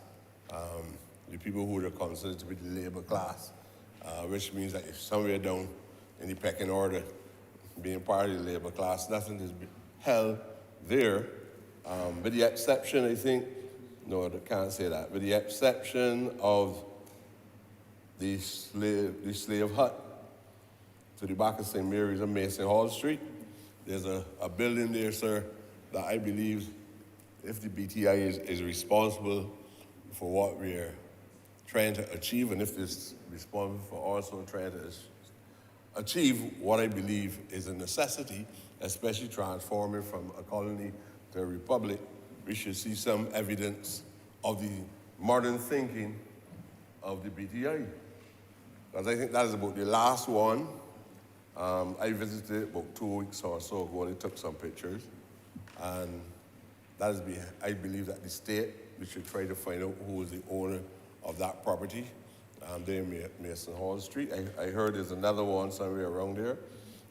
If it isn't a slave hut, it has to be a hut belonging to the indentured servants of the time. That is, we want a presence, a more central presence in the city of Bridgetown itself. We don't have to be just looking at colonial historic buildings and allowing NGO units, allowing the BTI to be determining what our heritage is supposed to be and what we must represent in our main cities, especially in relation to our urban development. There's too much of that has been going on prior to becoming a republic.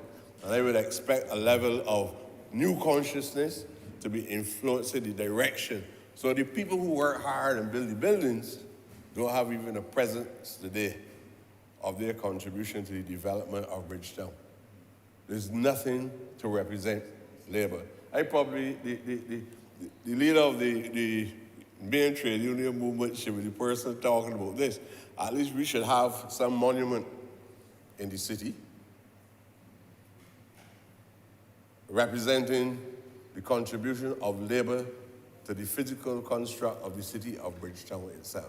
And that is one of my main concerns. So I would like to see a monument emerge there. Now the other thing is, and I was just speaking to my colleague to my right, in a very noble and a friendly way, and not implying anything negative about it.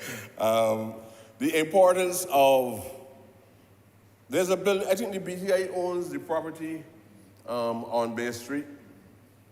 It's a car park on Bay Street in front of Lorry Dash. That's what? Massey owns it? Well, see where it goes now. Well, that's the problem.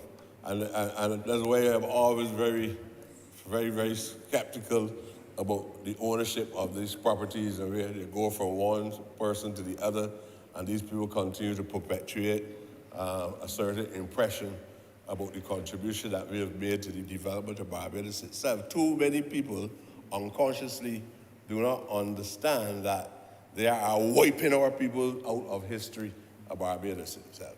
I'm very concerned about that. But it is alleged, because the research has to be done, as we make reference to all, it is alleged that there's a burial ground somewhere on that location. And I don't know, what do you call it, sacrilege? For us to go and erect a hotel or construct something there, but leave nothing symbolic, right, of even that burial ground, which I know that those people were not buried in any wholesome manner. Probably just tossed in the ground, not even 6 feet, probably like 6 inches down below the soil. When you dig it, you will see a lot of fossils. They're scattered all about there. And so we'll be paying some attention to Newton in Christchurch.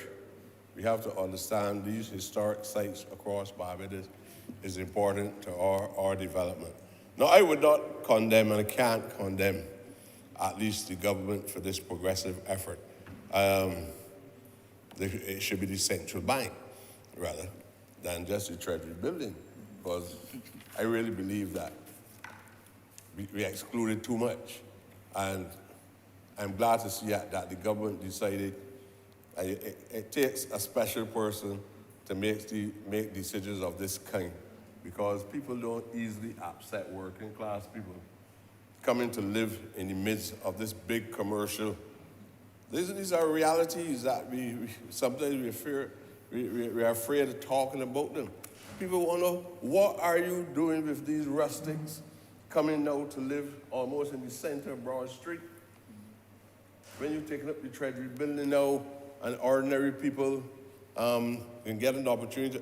So a government has to be either made up of erratic individuals or people with a sound mind that is visionary, and also clearly understanding that there are some wrongs that we have to put right. So I want to compliment the government for at least creating a space in the city of Bridgetown.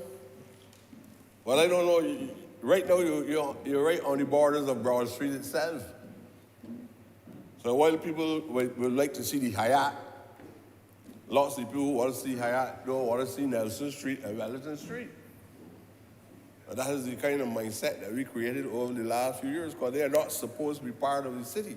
The city should be made up of decent people, and the ownership probably should be the ownership of non-black Barbadian people. It brings me to another point, sir. I need to see black ownership on Broad Street too. And I would like to see the BTIA taking all that into consideration. The honourable member, you're the chairman, sir? The honourable member has also a right to look after his family's interests. Your grandmother, Andrina Gibbs, who in the early 20th century was one of the main black owners in the city of Bridgetown. His great-grandmother owned a property in Bridgetown, a commercial entity. And very few Barbadians or even historians speak of the work of his grandmother. But you have an opportunity. If you don't do it for yourself or your family, I don't know who will do it for you, right? But that location is still very much a major location and still resides in the family of the honourable member. Still owns the land just above St. Mary's, but nobody knows that. So we continue to talk about Cave Shepherd and even Old Harrison and where Wilkinson and Chandler used to be and where this bank is and all of that. But we need to be able to highlight, even if we don't reconstruct anything, we need to have a level of signage, some monuments and symbols across the city. Because I heard somebody made the point today, you need to feel an integral part of the development of the society. You need to own something. You need to feel part of it. You can't walk about all through a city and feel proud if you are at a certain level of thinking feel proud of what other people are doing for us over and over again. And it's because of these things, these physical things that you might not be conscious of the harm that they're doing to the society itself. But these are psychological encumbrances that affect the lives of ordinary people every day in the city of Bridgetown. That's the reason we had to move Nelson. So you can't do patchwork, it can't be a piecemeal exercise. You move Nelson because I don't want my children or my grandchildren to come up Broad Street and look in the face of this man. We went through an exercise before that where people felt they were making a progressive move and they turned the man around and they looked so. But we now need to play our part as a government. And when you're talking about Bridgetown, I think I heard the Honourable Member for South Central made the point that it's not just the immediate surroundings, but you have in Bank Hall, a building which is the former home of Sir Frank Worrell. In prior, apparently cut down a few feet of the wall so you can look off the playing field to see the house. But the state need to intervene. The National Trust went in and put on the plaque like it dropped off. The house now in a state of disrepair. Some of the agencies within the government must step in, help the family. You don't have to put the family back in the same position that they're in, but make life better for the family, because we need to have an interest in that house in Bank Hall. That is the home of Sir Frank Worrell. And we're not just calling names, just say Andrina Gibbs. She was a black woman in the early 20th century. Meant something to the black people in the early 20th century. She had a school and she taught black children. I was discussing the matter with the family, and they were trying to find out what is so magical or extraordinary about this woman, that she had a very sound education but never went to any formal secondary school or university or anything like that, but held classes for young people in the early 20th century, and I talk about the first quarter of the 20th century. And likewise, the contribution of Frank Worrell cannot be ignored. The Jamaicans understood the importance of Frank Worrell to the development of the Caribbean, and they put a statue in Jamaica for Frank Worrell.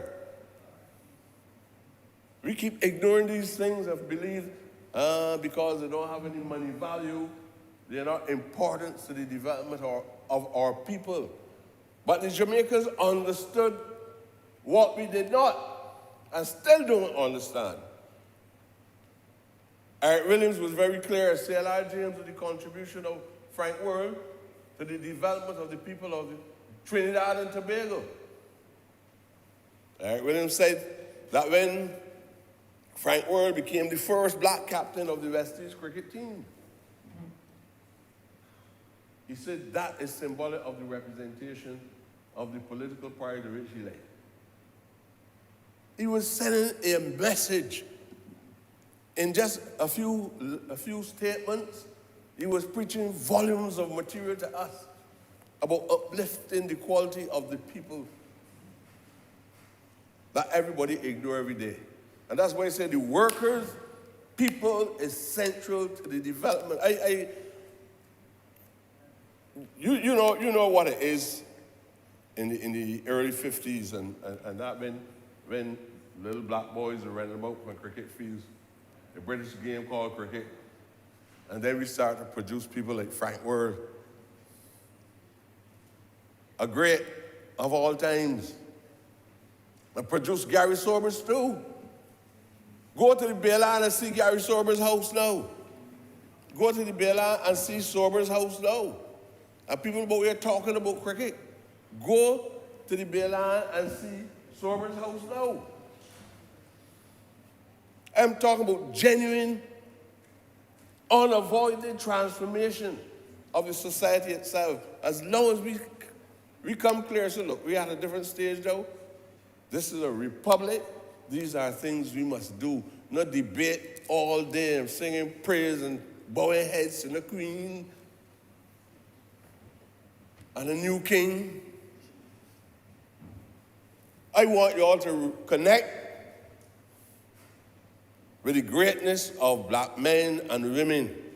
This is a positive step when we decide that we're going to make sure we create that space in the city, and it is a bold step. It is not just positive, it is a bold step. Because I am hearing the debate already. Man, you want to put people to live there.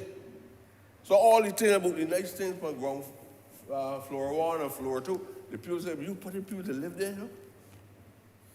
What's going on now in Barbados? And the so-called intelligentsia is the people who will destroy everything and confuse the society. These people do all sorts of foolishness about a pool. We call it a pool that is playing, all the grounds and everything. People ain't got no way to live. A landless people. And the government is trying to make sure that it reach out and help the most vulnerable in the society, landless people. So whether we put it in the middle of the Broad Street itself or in Swan Street, there can be no issue more important than the lives of the people, especially people who build the city of Bridgetown. There's too much absence. There's too much absence of our presence in the city of Bridgetown and many other locations across Barbados. That's why you will hear me from time to time shift the urban debate up to St. George for drops. I sleep and sometimes spend sleepless nights because I don't believe that this man should be owning any land in Barbados at this time. So it's not only about urban, it's not only a piecemeal exercise in the urban community, it's national development as well. Land ownership is one of the most fundamental questions in the streets, you know. Not just the few applications you see at UDC or at NHC. And I'm very passionate about black people not owning land in a country that be held captives, cultivate the same land, had to ask for permission to stop on the land, even after emancipation, and up to 100+ years. You call it that, because it was so manumission and all different kind of terms it was using very early. And then 100 years or so after, we were still fighting about land in the 1930s. And all like now, we're still fighting about land. I have calls on my phone from people, I don't know where I'm going to sleep tonight. And you got people who own that. In fact, there are people in this country who had land. I don't even know where the land is. Because I live out in England. All the lives of the children got land in Barbados. And black people running about here asking, do you know anybody got a room for rent? We're talking about development. We've got to be very serious. And this is about radical transformation. This isn't about no gradualism. And you're telling people, we're going to do this thing. And it can bring me back, sir. We'll not engage you in this now. Since you have granted me permission to go as infinite as I have. But they're going to bring me back to this talk about this $10,000 units in 5 years, you know.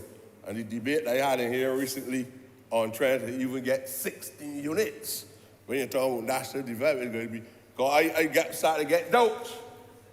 And when people begin to get worried about national development, and you build 16 houses in my constituency, and I got to be fighting to get some, and you still building 10,000, you know, I want 10,000 for who? And then I get one by who? So this debate is going to stretch very wide, but I'm not, but that is one debate in itself, especially since you have certain limits that you allow in terms of time. That the standing orders allow, sir. Thank you, sir. Now you preside over the whole thing. That is correct. Yeah. But I personally believe that this is a great effort. I believe that we need to be able to identify some of the areas around the city that need greater development, not just the construction of housing, but also for aesthetical purposes. I saw the honorable member for the city unofficially showed me some aesthetics that look like something like Dubai. When I see all the different arrangements, the vegetation, and the things that a dream which he has for the city, it means that the agencies of the state must also allow him to come and make a presentation. So this is how I feel. I am sure that other former members before him had an opportunity to share dialogue with the agencies that were responsible for the development of Bridgetown, all around the boardwalk and all that. Other persons, the representative of the people of the city, this one must have those same privileges of saying whether he want the boardwalk to left from the city and pass Old Town, and whether he want to pass Oyston Town, and how it should be done. He should be given, sir, the same opportunity to be able to make a presentation. I don't see anything wrong with that. I'm not saying that it should have been done. I'm saying that is a precedent that I would love to see, especially given the representative of the city the right to go before the board, the BTIA, or before the NCC, for example, because a lot of it is about not just physical structures in the sense, it's about the vegetation and artistic kind of work for the city of Bridgetown. I saw it, sir. And although I do not romanticize much, I saw it, I was very impressed, and I believe it is something that can help to give greater shape and to bring beauty and vegetation into the city itself, right? I also believe that we must find a kind of physical network of how we're gonna link Hero Square, Independence Square, and the Freedom Park at Golden Square. And those are things I don't know if you're gonna do it by using red bricks or anything like that, and we can travel. I believe, sir, that we should even see a transformation of the physical development between what is happening at National Hero Square and Parliament. I know Parliament got this one gate open, sir, and you probably will have a great say over that. But then the other one got on chains. I get frightened when I see them with chains around me. But that Parliament gate over there always closed. But we should look at a way, even if it calls for the diversion of traffic through High Street, up Robert Street, and at certain hours of the day. And then when you go through High Street and then up Robert Street, it's the same thing. Sometimes when you go through down Marhill Street and come back at the same corner, the engineers should be able to say, look, this is how we're going to do it. And this whole area should be relatively free for people during the course of the day to walk around. And even as a park, you have proper seating facilities. The models that you showed and you shared with me just now, things that could be applied in that entire area to create greater beauty in the city itself. But all I am asking is that whatever we do, put people at the center of the efforts. I am not so interested in the preservation of buildings that all we did is to contribute labor to the building, but nobody has a symbol of our presence in history. Not even the fine artists. I don't know when last I see the paintings of the national heroes. Even during November, whatever month, you don't see the paintings of national heroes nowhere on any building. You don't even have a picture out of the Advocate or the Nation stuck anywhere in Bridgetown of the heroes. And that is not the way how they did not treat the British royal family in that manner. Because sometimes people got these things all in the houses, along with the picture of Jesus Christ. The Jews got the whole little thing out there. All I ask is that in the development process, I don't even know who sits on the board for the BTIA. Because I tend to believe that these people got a view of how development must go inside the BTIA. I just feel that they have their view. And the Ministry of Culture probably should be playing a more central role, and even architects should be playing more of a central role in the planning and in the construct, especially if we were to reclaim certain historic memories in the city of Bridgetown. It can't be only about if you're building it, or if you take the responsibility for building, like, oh, you build Golden Square, all right. But after you build Golden Square, what it is that make you believe that you come up with an idea and nobody else can question the idea? Why should somebody working in the Ministry of Culture gotta ask the BTIA if they could use Golden Square? That don't make sense to me. Why should a Ministry of Culture not be participating in signage? That should be understood. That if there is a location, if there's in fact, we were together in recent times, and we were in Golden Square. I could not understand how the Ministry of Tourism could carry a walk about tourists and people dress up real pretty. And this same ministry used to have signs of a fat woman sitting at a door somewhere in Nelson Street called Rachel Pringle. This is funny behavior, major contradictions. But nobody carried the walk through Nelson Street. So the honorable member for the city did not get any benefits, not just promotion, but no political benefits came to him. Nobody that was involved out there in the square bought any beers from Nelson Street. They didn't go there. I tried to encourage them to one of my places that I frequent, sir. You were very well. You frequent? Oh, yeah.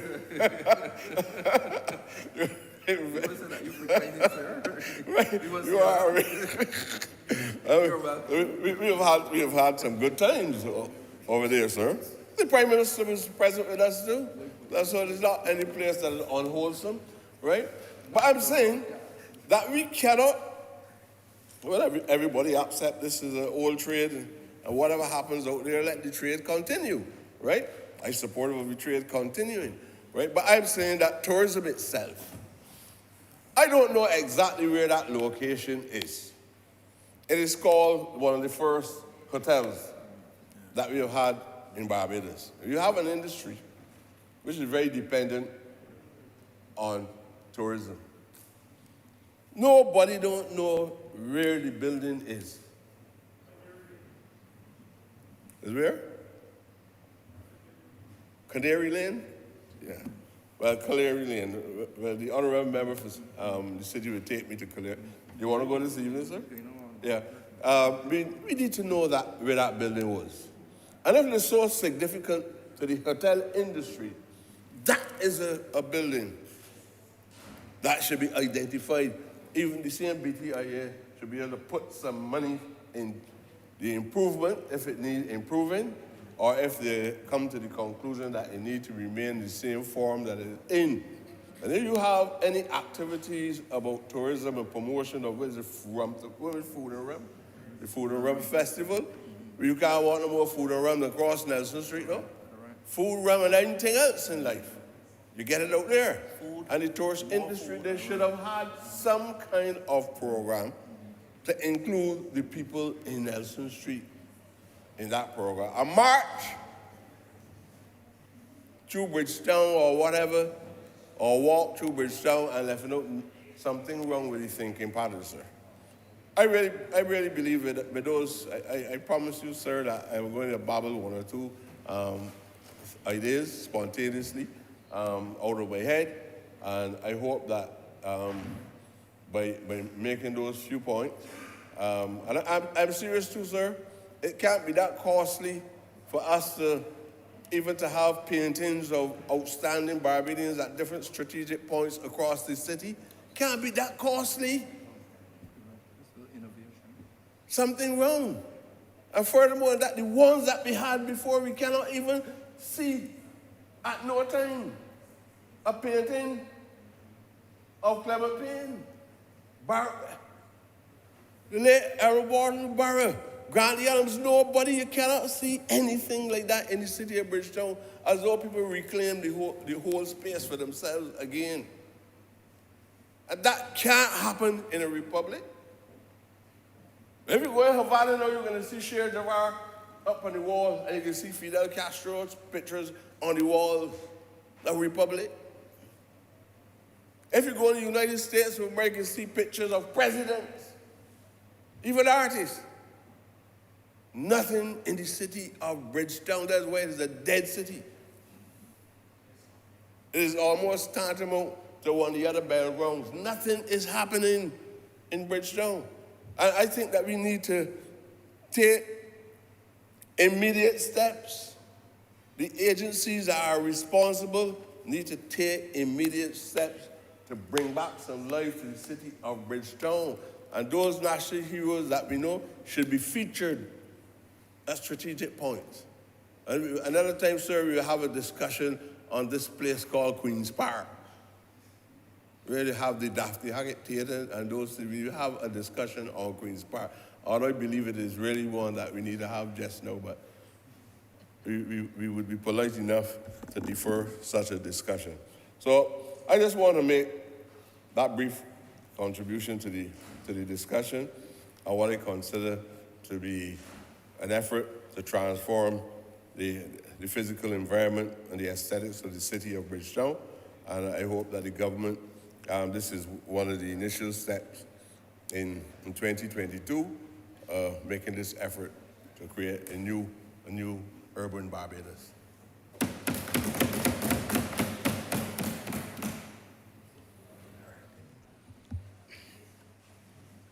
Honourable Sir Michael West. Thank you, Mr. Speaker. As I rise in support of this resolution, I am cognizant of our role in these turbulent times. And as elected members of this honorable house, when dealing with these many challenges, I am reminded of the late Right Honorable Owen Seymour Arthur, when he said, we must face it and fix it. And I'm sure that he would approve that we have faced these many challenges. And in the spirit of our guests who were here earlier, under the patronage of the honorable member from the city of Bridgetown, from the American Embassy, in American baseball parlance, we have stepped up to the plate. So, sir, whether it is NIS reform, which we're not concerned with whose fault it was, because government is continuous. So we're not concerned with who dropped the ball or who didn't have the foresight before us, but we will face it and fix it. And we will make sure that Barbadians' nest eggs are protected, are safe and secure, and that when they plan to retire, that they will have a living that they can rely on. And sir, whether that challenge is climate change, and it must be remarked that the Honourable Prime Minister has been very spectacular and has a lot of foresight on this issue, where she has led the charge, putting Barbados on the map. Even before we came into government in 2018, highlighting that as small island developing states, we are the least offenders, but we suffer the most of the ravages of climate change.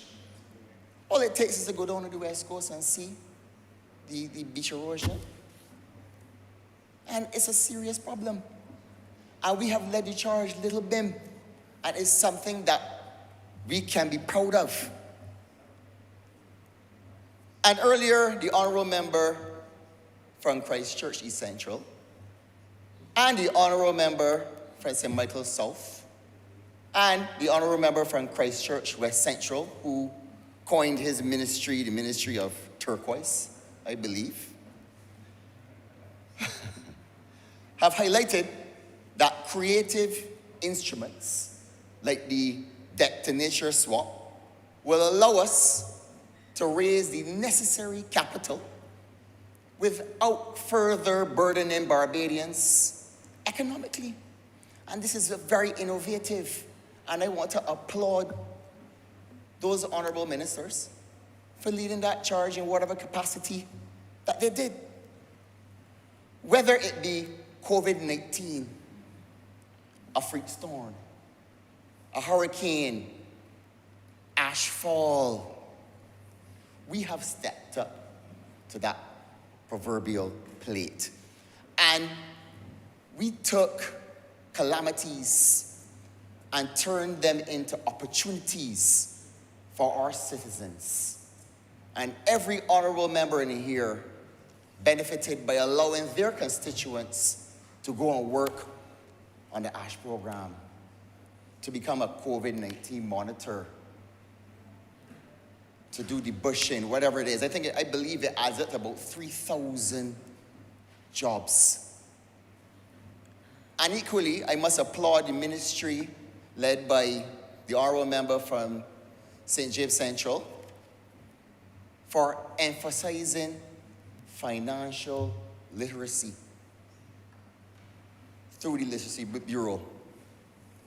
And that is very important as well, because a lot of these young people, a lot of them in my constituency, never had a job before. And this will give them the opportunity to understand how they can manage their money to be able to make meaningful contributions to society. And I want to comment about jobs and investments that will be introduced to this country. The honorable member from Christchurch West touched on this. $2 billion, plus in investment that will be brought into this country via projects that are on the horizon, which will give more opportunities to our young people. But in order to capitalize on these opportunities, they have to be trained. And Mr. Speaker, through the National Training Initiative and the Construction Gateway Initiative, which was spearheaded by the Honourable Minister of Education, will allow us to train our young people to be able to capitalize on these opportunities, sir. And this is very important to take us forward, because it's all well and good to say that we have X amount of $1 billion in investment coming into the country, but we must be able to economically enfranchise our constituents and allow them to come along the ride, like the honourable member from St. Michael East has so eloquently said. We cannot leave anyone behind. So, sir, I want to further commend the Ministry of Education on the upcoming reforms that they're about to engage in. But I also want to comment on something the Honourable Prime Minister has said before about every Barbadian must know a second language. And I agree 100% with that. But I would like to add to that, every young Barbadian must learn the language of coding. That is a new frontier. So I would like to recommend to the ministry that in as early as first form in secondary school, that Beaver Primary School, as the honorable member from the city of Bridgetown has mentioned, I totally agree, that we have an introductory to computer languages. I can remember when I went over to university in Florida, and my first introduction to a language was when I was 19 years old, and that was C++. I was so clueless, and a lot of my colleagues who came up in the American system were already fluent in Fortran and all these other languages. And now it's so pertinent for us to be able to have our young people know a computer language so that they can take part in the global revolution that's already started, right, with software development and application design. And this is a way that we can earn more foreign exchange, sir. So I know that, and I want to commend the ministry again because they've already started in introducing robotics. I started with the honorable member from St. Michael Southeast in expanding robotics in our schools. And sir, that is a start. But it would be remiss of me as the chairman of the Barbados Tourism Investment Inc. not to comment on this resolution that we are about to prove here today in this honorable house. And this is but one project out of many that will contribute to the urban renewal of the city of Bridgetown. And I am very proud to be a part of this urban development project. Because along with Golden Square Freedom Park, along with Constitution River Phase 3, along with all the upcoming prospective projects at Fort Willoughby,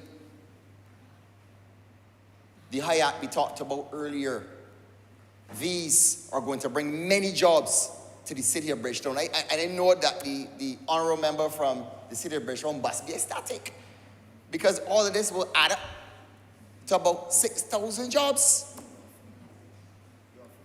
And this will not only be shared by constituents in the city of Bridgetown, but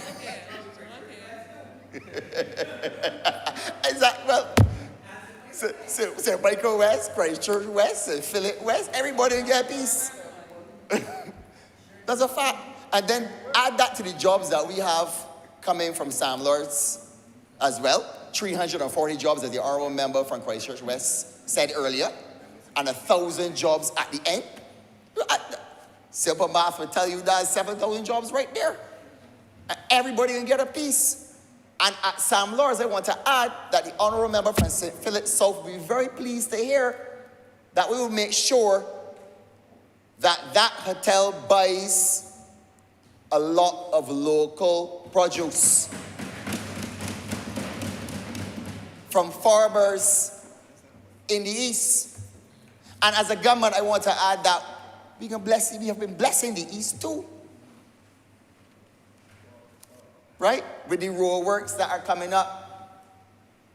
We ain't forgetting about East, we ignore the East. We're going to face these challenges head on. We're going to fix it. Face it and fix it. But I would like to reflect on comments made by the honorable member from St. Michael South. And as we engage, Mr. Speaker, in these urban projects, we got to take everybody along with us. We cannot be spending billions of dollars on these projects and forget about the people, the constituents in the city of Bridgetown, St. Michael Central, St. Michael South, St. Michael West, St. Michael West Central. We have to make sure that housing solutions are given to them. And as I reflect on the rising crime that is taking place in our constituencies, it really hit me hard. And honestly, there are certain things that we need to do to start to erase the scourge of crime. And housing is one. Because you can imagine as we walk through the constituencies and we see the conditions that our constituents live in. We see 10 people living in a one-bedroom urban house. You know, we see these sort of situations. And we can understand that the frustrations must boil over. And those frustrations must relate to crime. So if we fix the housing situation, which I know we will, by the edict that the Prime Minister has laid down, that we aspire to construct, not just with the government of Barbados, but through partnerships as well with the private sector, 10,000 houses in 5 years. I look forward to that. And Mr. Speaker, I would like to quote a study that was done by the University of California, Irvine, which proves that crime is inextricably linked to housing. When we have affordable, dignified housing for our people, it has been shown that those areas that had benefited from those housing solutions have seen safer spaces for the children, grandchildren, grandmothers, grandfathers. In addition to that, as the Honourable Prime Minister has said time and time again, that you stop people from renting, you get them a piece of the rock, what are they going to do? They can leverage those assets to be able to make further investments into the economy. So, sir, in closing, again, I support this resolution wholeheartedly, and I look forward to the many housing solutions in addition to these other investments that will help to uplift our people. I thank you. Honourable Member for St. Michael West Central.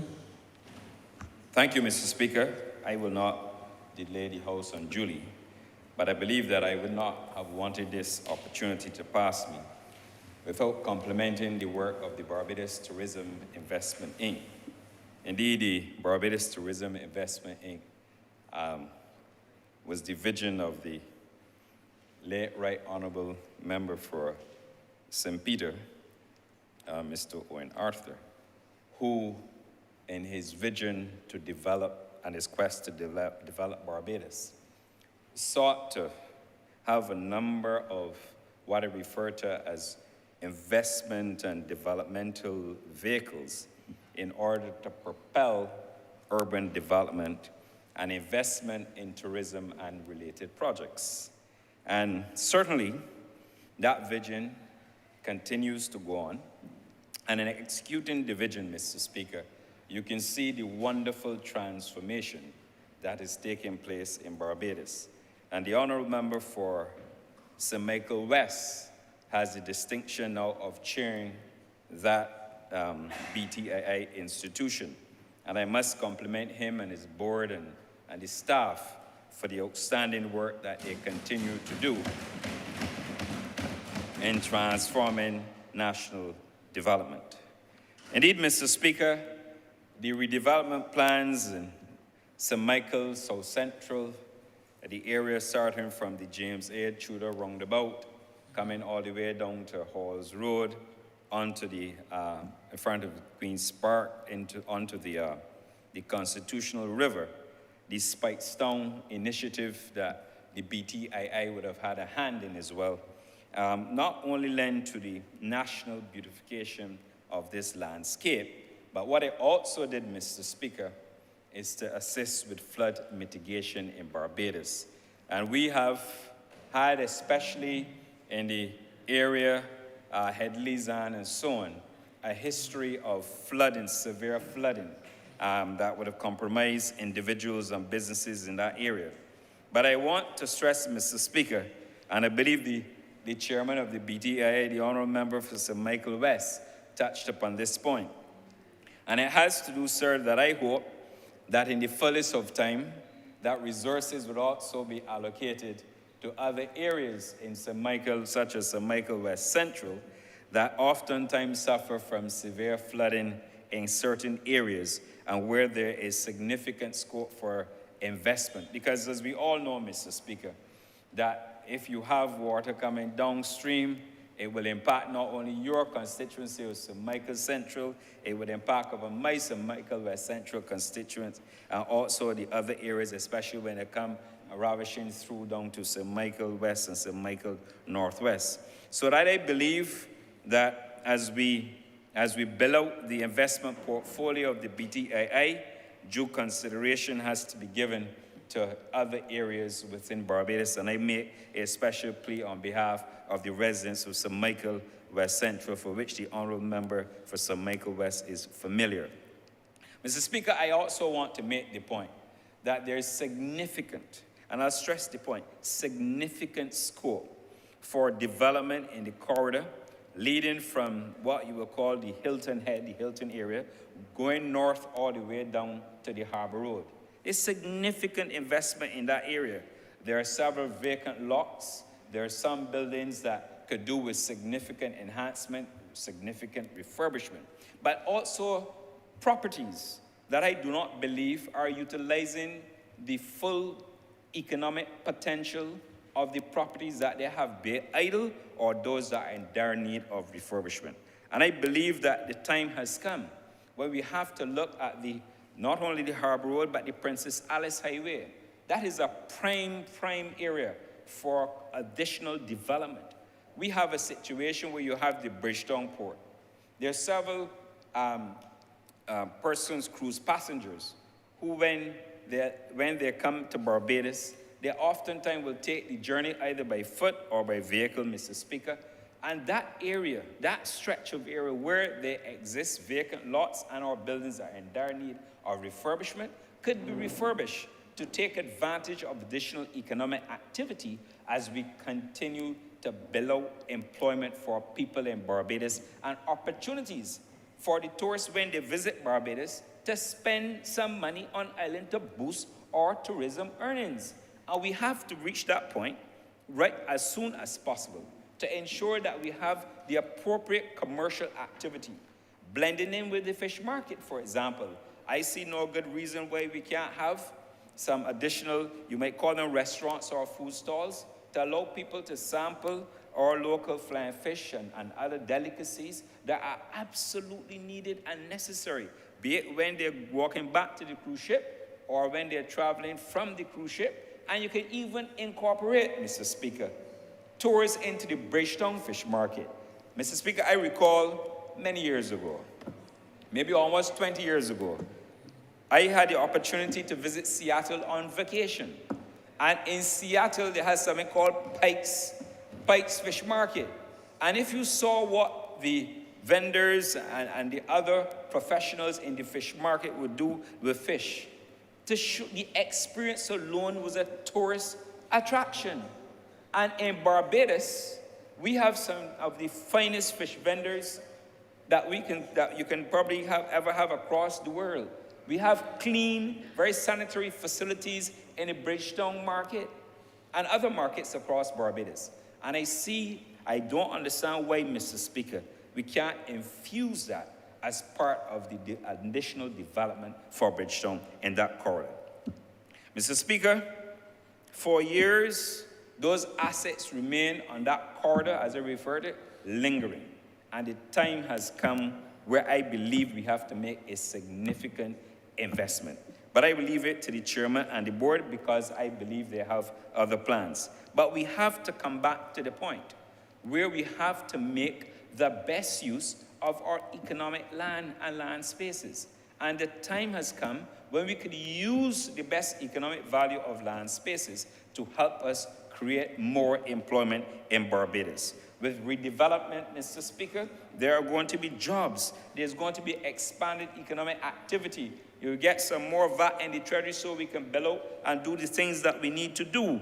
And I want, Mr. Speaker, to encourage the property owners on that corridor, that stretch, to start thinking about opportunities where they can expand and develop rather than leaving assets to linger at the rate in which they're lingering, Mr. Speaker. Mr. Speaker, I also believe that the time has come where we have to look at what we will refer to as the old or the former immigration building. And that is a wonderful view, Mr. Speaker. I mean, if you is an unobstructed view. In some places, Mr. Speaker, when you go, you might say that you're going into a resort. If you go down to San Diego or some other places on the, what you call the West Coast of America, you will see some wonderful hotel sites there. You will see some wonderful dining opportunities, Mr. Speaker. And that site, you could do what you want to do with it. Whatever activity, whatever investment is necessary. But that location, Mr. Speaker, is ripe for additional development in Bridgetown.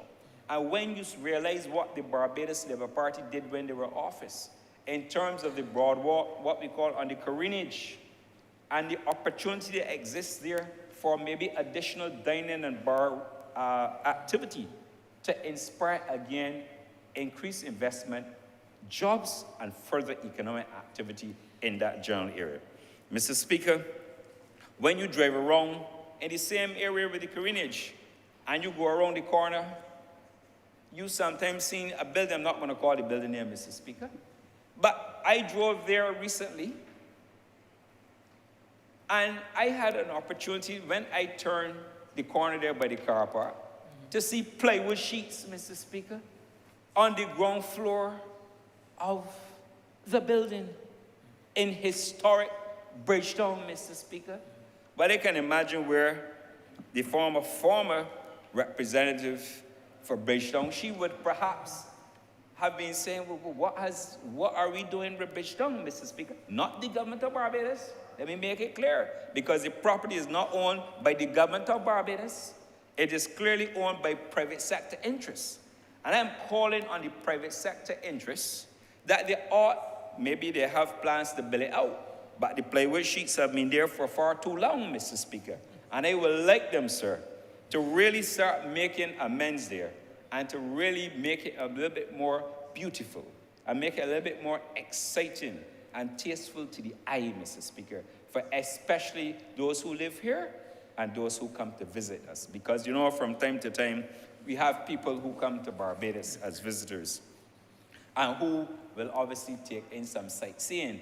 And we will want to see, Mr. Speaker, a beautiful boardwalk and a wonderful Carinage with all the catamaran and all the deep sea fishing and a nice car park to see a building with plywood sheets, Mr. Speaker. I believe it's an investment entity that owns it, and I believe they should find the resources to do it to help us continue to build out Bridgetown, Mr. Speaker. Mr. Speaker, I also believe that the Barbados Tourism Investment Inc. has a wonderful opportunity to continue to play the role of developing Barbados. And I say that because I know there have some people in Barbados who believe that government can't do anything right. And there's some people who believe that perhaps government should not have the appetite for development. You hear them, Mr. Speaker, because they don't want the government to develop it. They would prefer to develop it to have the returns. But, Mr. Speaker, I believe that the BTII has a significant role to play as developer, not only to excite investment opportunities, especially for projects that ought to be developed, Mr. Speaker, but also, Mr. Speaker, to flip them when necessary. The Barbados Tourism Investment Inc. as a vision was set up not only to facilitate transformation, but to step into where the government believed at the time it had a void in tourism-related investment. And the mandate was expanded to deal with the urban Barbados and to renew urban Barbados as we've heard today. And the time has come when we've got to look at the investment vehicle for BTII. I'm convinced, sir, with a few changes, it can make a substantial, even greater contribution to Barbados if it had to adopt maybe another form of a vehicle. I'm not going to go into details, Mr. Speaker, on that, no, but I really believe that it is a wonderful opportunity. And I am not going to touch anything remotely connected to national insurance today, but I also believe that there are opportunities for partnerships. The national insurance has a rich history. They have done successful transactions. I'm not going to talk about it, Mr. Speaker, because I know there's a lot of propaganda and a lot of talk relating to that institution. But the time will come in here when there will be a debate. And I serve as a former chairman of the National Insurance Board. And I know, Mr. Speaker, that like the BTIA, National Insurance continues to do a wonderful job in Barbados. And I look forward to the debate when I'll be able sometimes to clear up along with my colleagues some of the propaganda that appears to be out there and people will want to perpetuate in a small society about national insurance. But I believe, sir, that if we have, perhaps we can look at how we augment the BTII as an investment vehicle.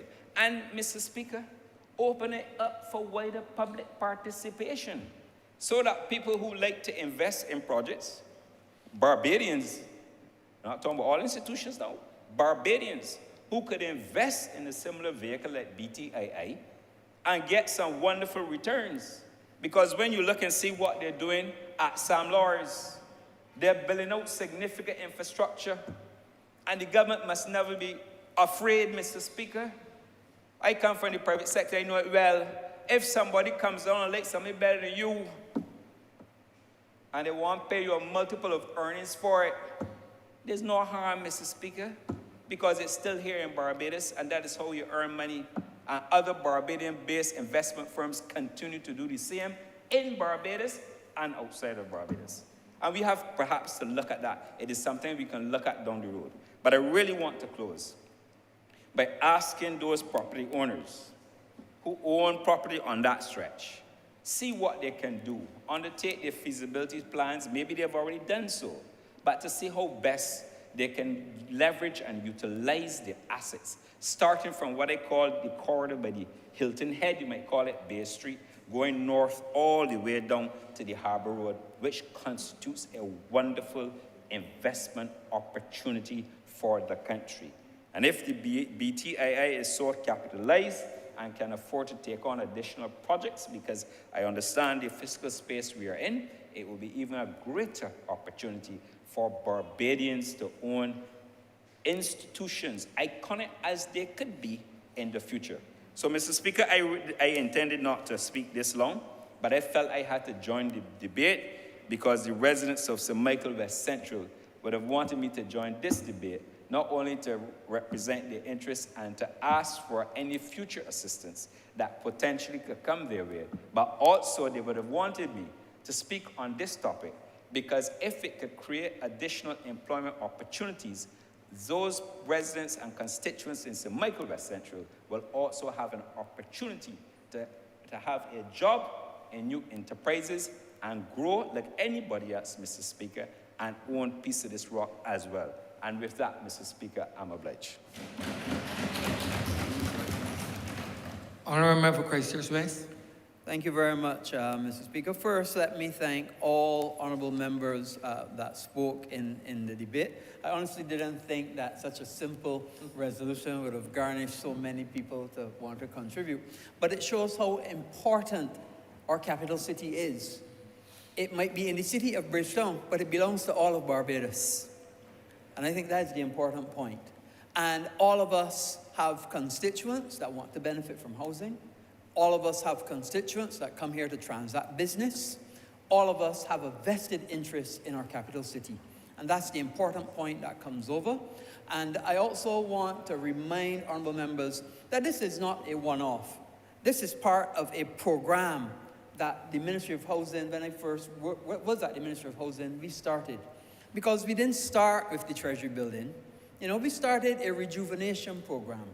That rejuvenation program included the registration building, which is moving along quite nicely. The courts next door to the registration building, which is moving along quite nicely. The gatehouse, which is completed and occupied. the warehouse next to the gatehouse at the old Barbados Water Authority, which is about to go to tender. The 3-story Barbados Water Authority building, which is also about to go to tender and be rejuvenated. Reef Road, which is behind Pelican, which is now being assessed for tenders. The Baco building in Magazine Lane, which is going to be finished in another 2 months. The planning department at the Garrison, which has started and will finish in 6 months' time. And the welfare department, which is finished. And Glenderry as well, which we also vested.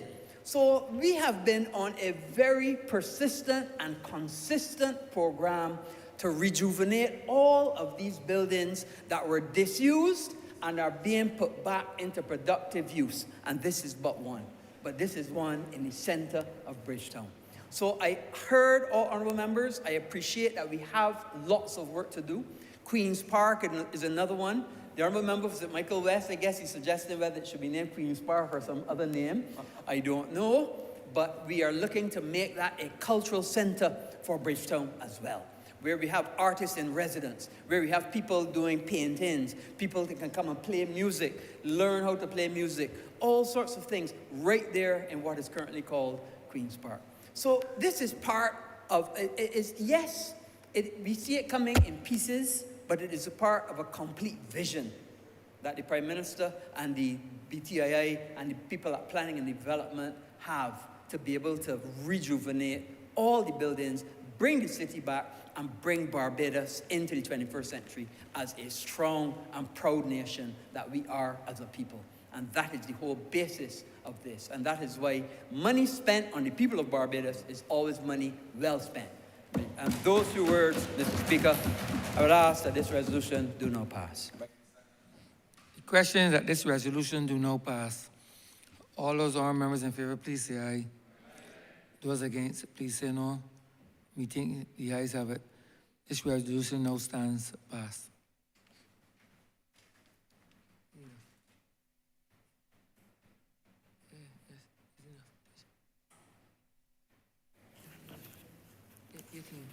Mr. Speaker, order number 10, in the name of the Honourable Attorney General, to move the passing of a resolution to extend the public health emergency.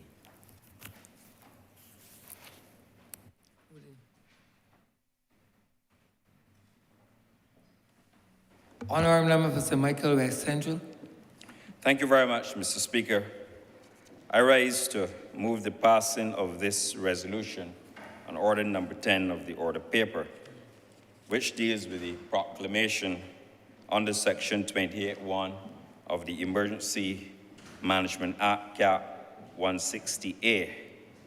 Mr. Speaker, as we are well aware, this proclamation will expire on September the 22nd, and the attendant directives and orders will also expire on September 22nd.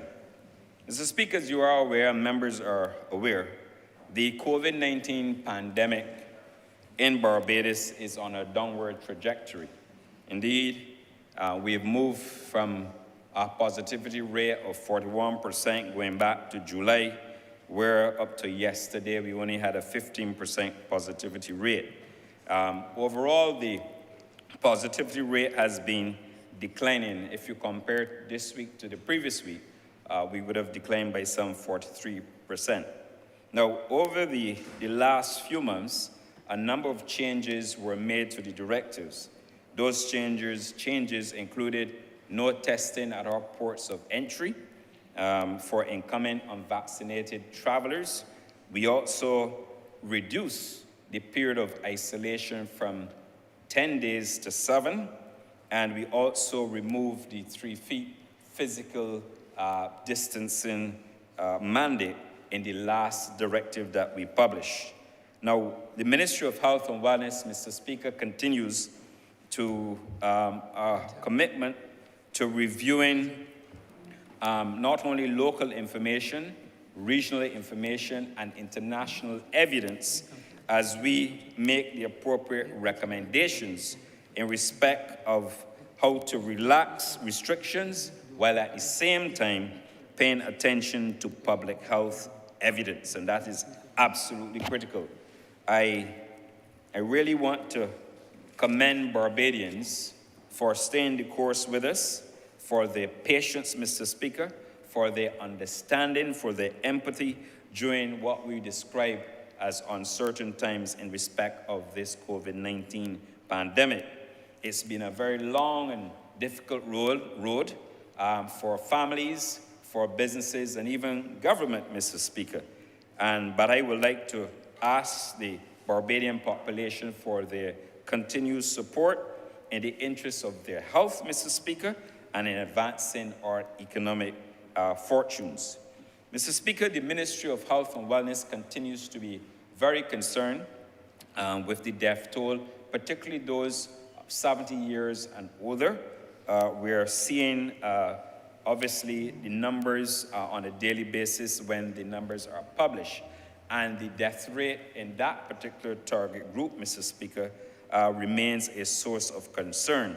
I might also want to add condolences to the families as well of those deceased persons. It is always a difficult thing when you lose a relative, but particularly those in the 70-year category, that group, and 70-year plus, we recognize that there has been obviously concern there. Now, it is the responsibility of every citizen to help each citizen go through this process. And obviously, as we have been saying, personal behavior goes a long way in us managing the COVID pandemic. Mr. Speaker, as I indicated, the proclamation of the Emergency Management Act will expire on December 22nd. As I indicated, the COVID-19 pandemic has improved over the last 4 weeks. The metrics used to monitor pandemic, those metrics are trending downward, but we must be careful, Mr. Speaker, not to erode any of the gains that we've made thus far. We have, as members would know, the emergence of new variants. We confirmed some time ago that we have the BA.5 variant in Barbados, and thanks to the CARFA and sending information down to the lab as often as we do, we get a report on the variants and obviously certain detections, because we have to continue to maintain our surveillance systems in order to ensure we continue to manage what we have before us in COVID. We in the Ministry of Health and Wellness are committed to the gradual relaxation of all protocols, and we are committed to that. But after, Mr. Speaker, internal and external consultations and on the advice of the Chief Medical Officer, as we know, the Chief Medical Officer is the public health specialist, the public health expert, and the support of the Emergency Operations Committee, the CMO has recommended that we continue with the proclamation and the attendant directives, as well as the orders, for another 3 months. His advice was given, his advice was taken, and we're going to do so for the first 3 months, for the first 3 months in this first instance, commencing September the 23rd, and that is what the resolution, Mr. Speaker, sets out to do, where it says that the proclamation was extended and has not been revoked, and that we are proposing that the proclamation is extended until the 21st day of December 2022, notwithstanding that we will have a period defined as contained in the resolution at paragraph 2 for a period not exceeding 6 months, as the House of Assembly may determine by a resolution. Mr. Speaker, as I indicated, the Chief Medical Officer is the public health expert. He has made certain recommendations, and therefore, in keeping with his advice, we are proposing that this extension be facilitated. Now, obviously, in facilitating the extension of the Emergency Management Act, there are certain things, obviously, that will be facilitated. One, obviously, has to do with the indoor mask wearing, which we have to maintain at this point in time until further notice. The other issue, with respect to the visitation of healthcare facilities, both private and public, Mr. Speaker, as I indicated, we've had in the 70-plus-year-old group, a number of elderly persons who have succumbed to obviously complications, and therefore we have to manage that because we have to care about the elderly in this society. We also have to manage the visitations to the healthcare institutions, Mr. Speaker, because oftentimes you have outbreaks in these institutions, and even though we are very good at managing the outbreaks to reduce significant death, we have a duty, Mr. Speaker, to protect the elderly in this population, and particularly, sir, we have a duty to protect those elderly persons who are living in our elderly care institutions.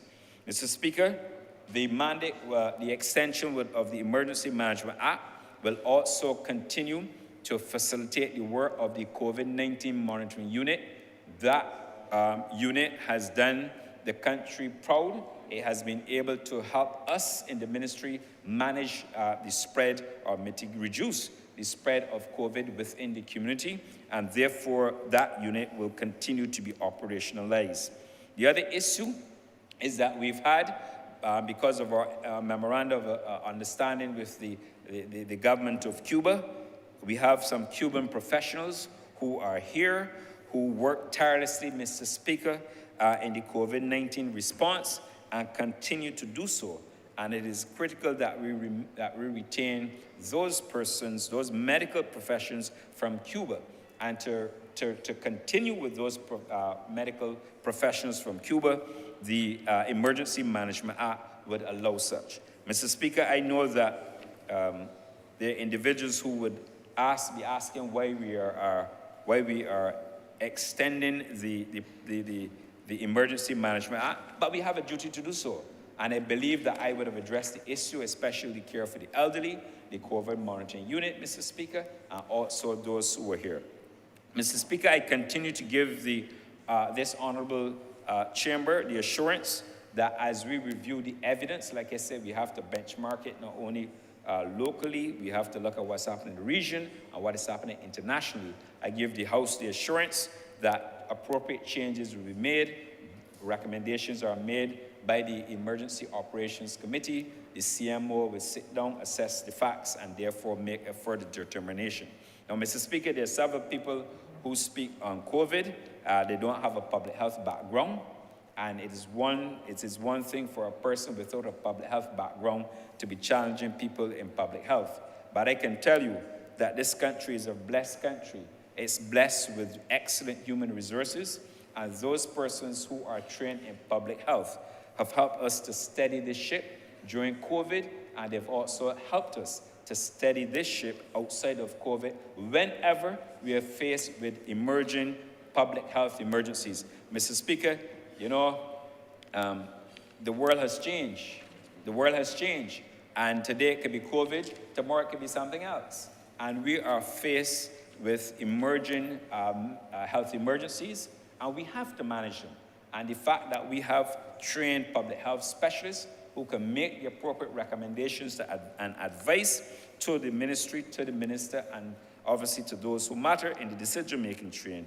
I remain confident in their abilities to advise us. And Mr. Speaker, I have no doubt that we will continue to be very well served by those professionals. Mr. Speaker, I believe I would have answered or set out to anticipate questions that the public may have had. Obviously, I remain available to answer any further questions, Mr. Speaker, on this particular matter, but we really have to ensure that all the gains that we have made thus far, that we don't throw them away. And that is the basis, sir, for the proposed extension of the Emergency Management Act. And therefore, Mr. Speaker, not to detain the chamber unduly, I will beg, therefore, Mr. Speaker, that this resolution do not pass, Mr. Speaker. Honourable members, you are aware this resolution can only be passed by a majority. Therefore, a vote has to be put to all honourable members present.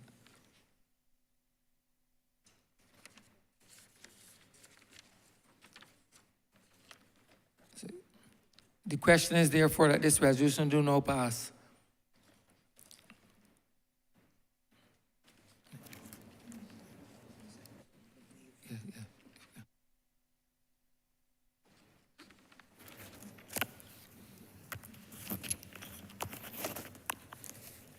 Bradshaw. Mr. Ford. Dr. Duguay. Aye. Ms. Husbands. Aye. Mr. Abrams. Aye. Mr. Weir. Aye. Mr. Griffith. Aye. Mr. Jordan. Aye. Mr. Humphrey. Aye. Mr. Strawn. Aye. Mr. Godinejo. Aye. Mr. Rowe. Aye. Ms. Cavill. Yes. Ms. McCarney. Aye. Mr. Ishmael. Aye. Mr. Lane. Aye. Mr. Prescott. Aye. Mr. Hinkson. Ms. Ford. Mr. Phillips. Aye. Ms. Moore. Aye. And Mr. Gibbs. Aye.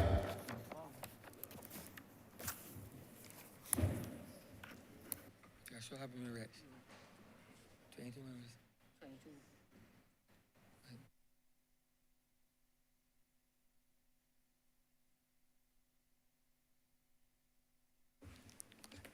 22 members voted aye, no one voted against, no abstentions. Therefore, as per the resolution, a majority of the House has been reached. This resolution therefore stands passed. Honourable Leader of Government Business. Thank you, Mr. Speaker. With that, we've come to the end of today's sitting. I therefore beg to move the adjournment of the House until Tuesday, the 27th of September at 10 a.m. The question is that this honorable chamber stands adjourned until Tuesday, the 27th day of September, 2022 at 10 a.m. in the forenoon. All those honorable members in favor, please say aye. Those against, please say no. Meeting the ayes have it. This honorable chamber stands adjourned until Tuesday, the 27th day of September, 2022 at 10 a.m. in the forenoon.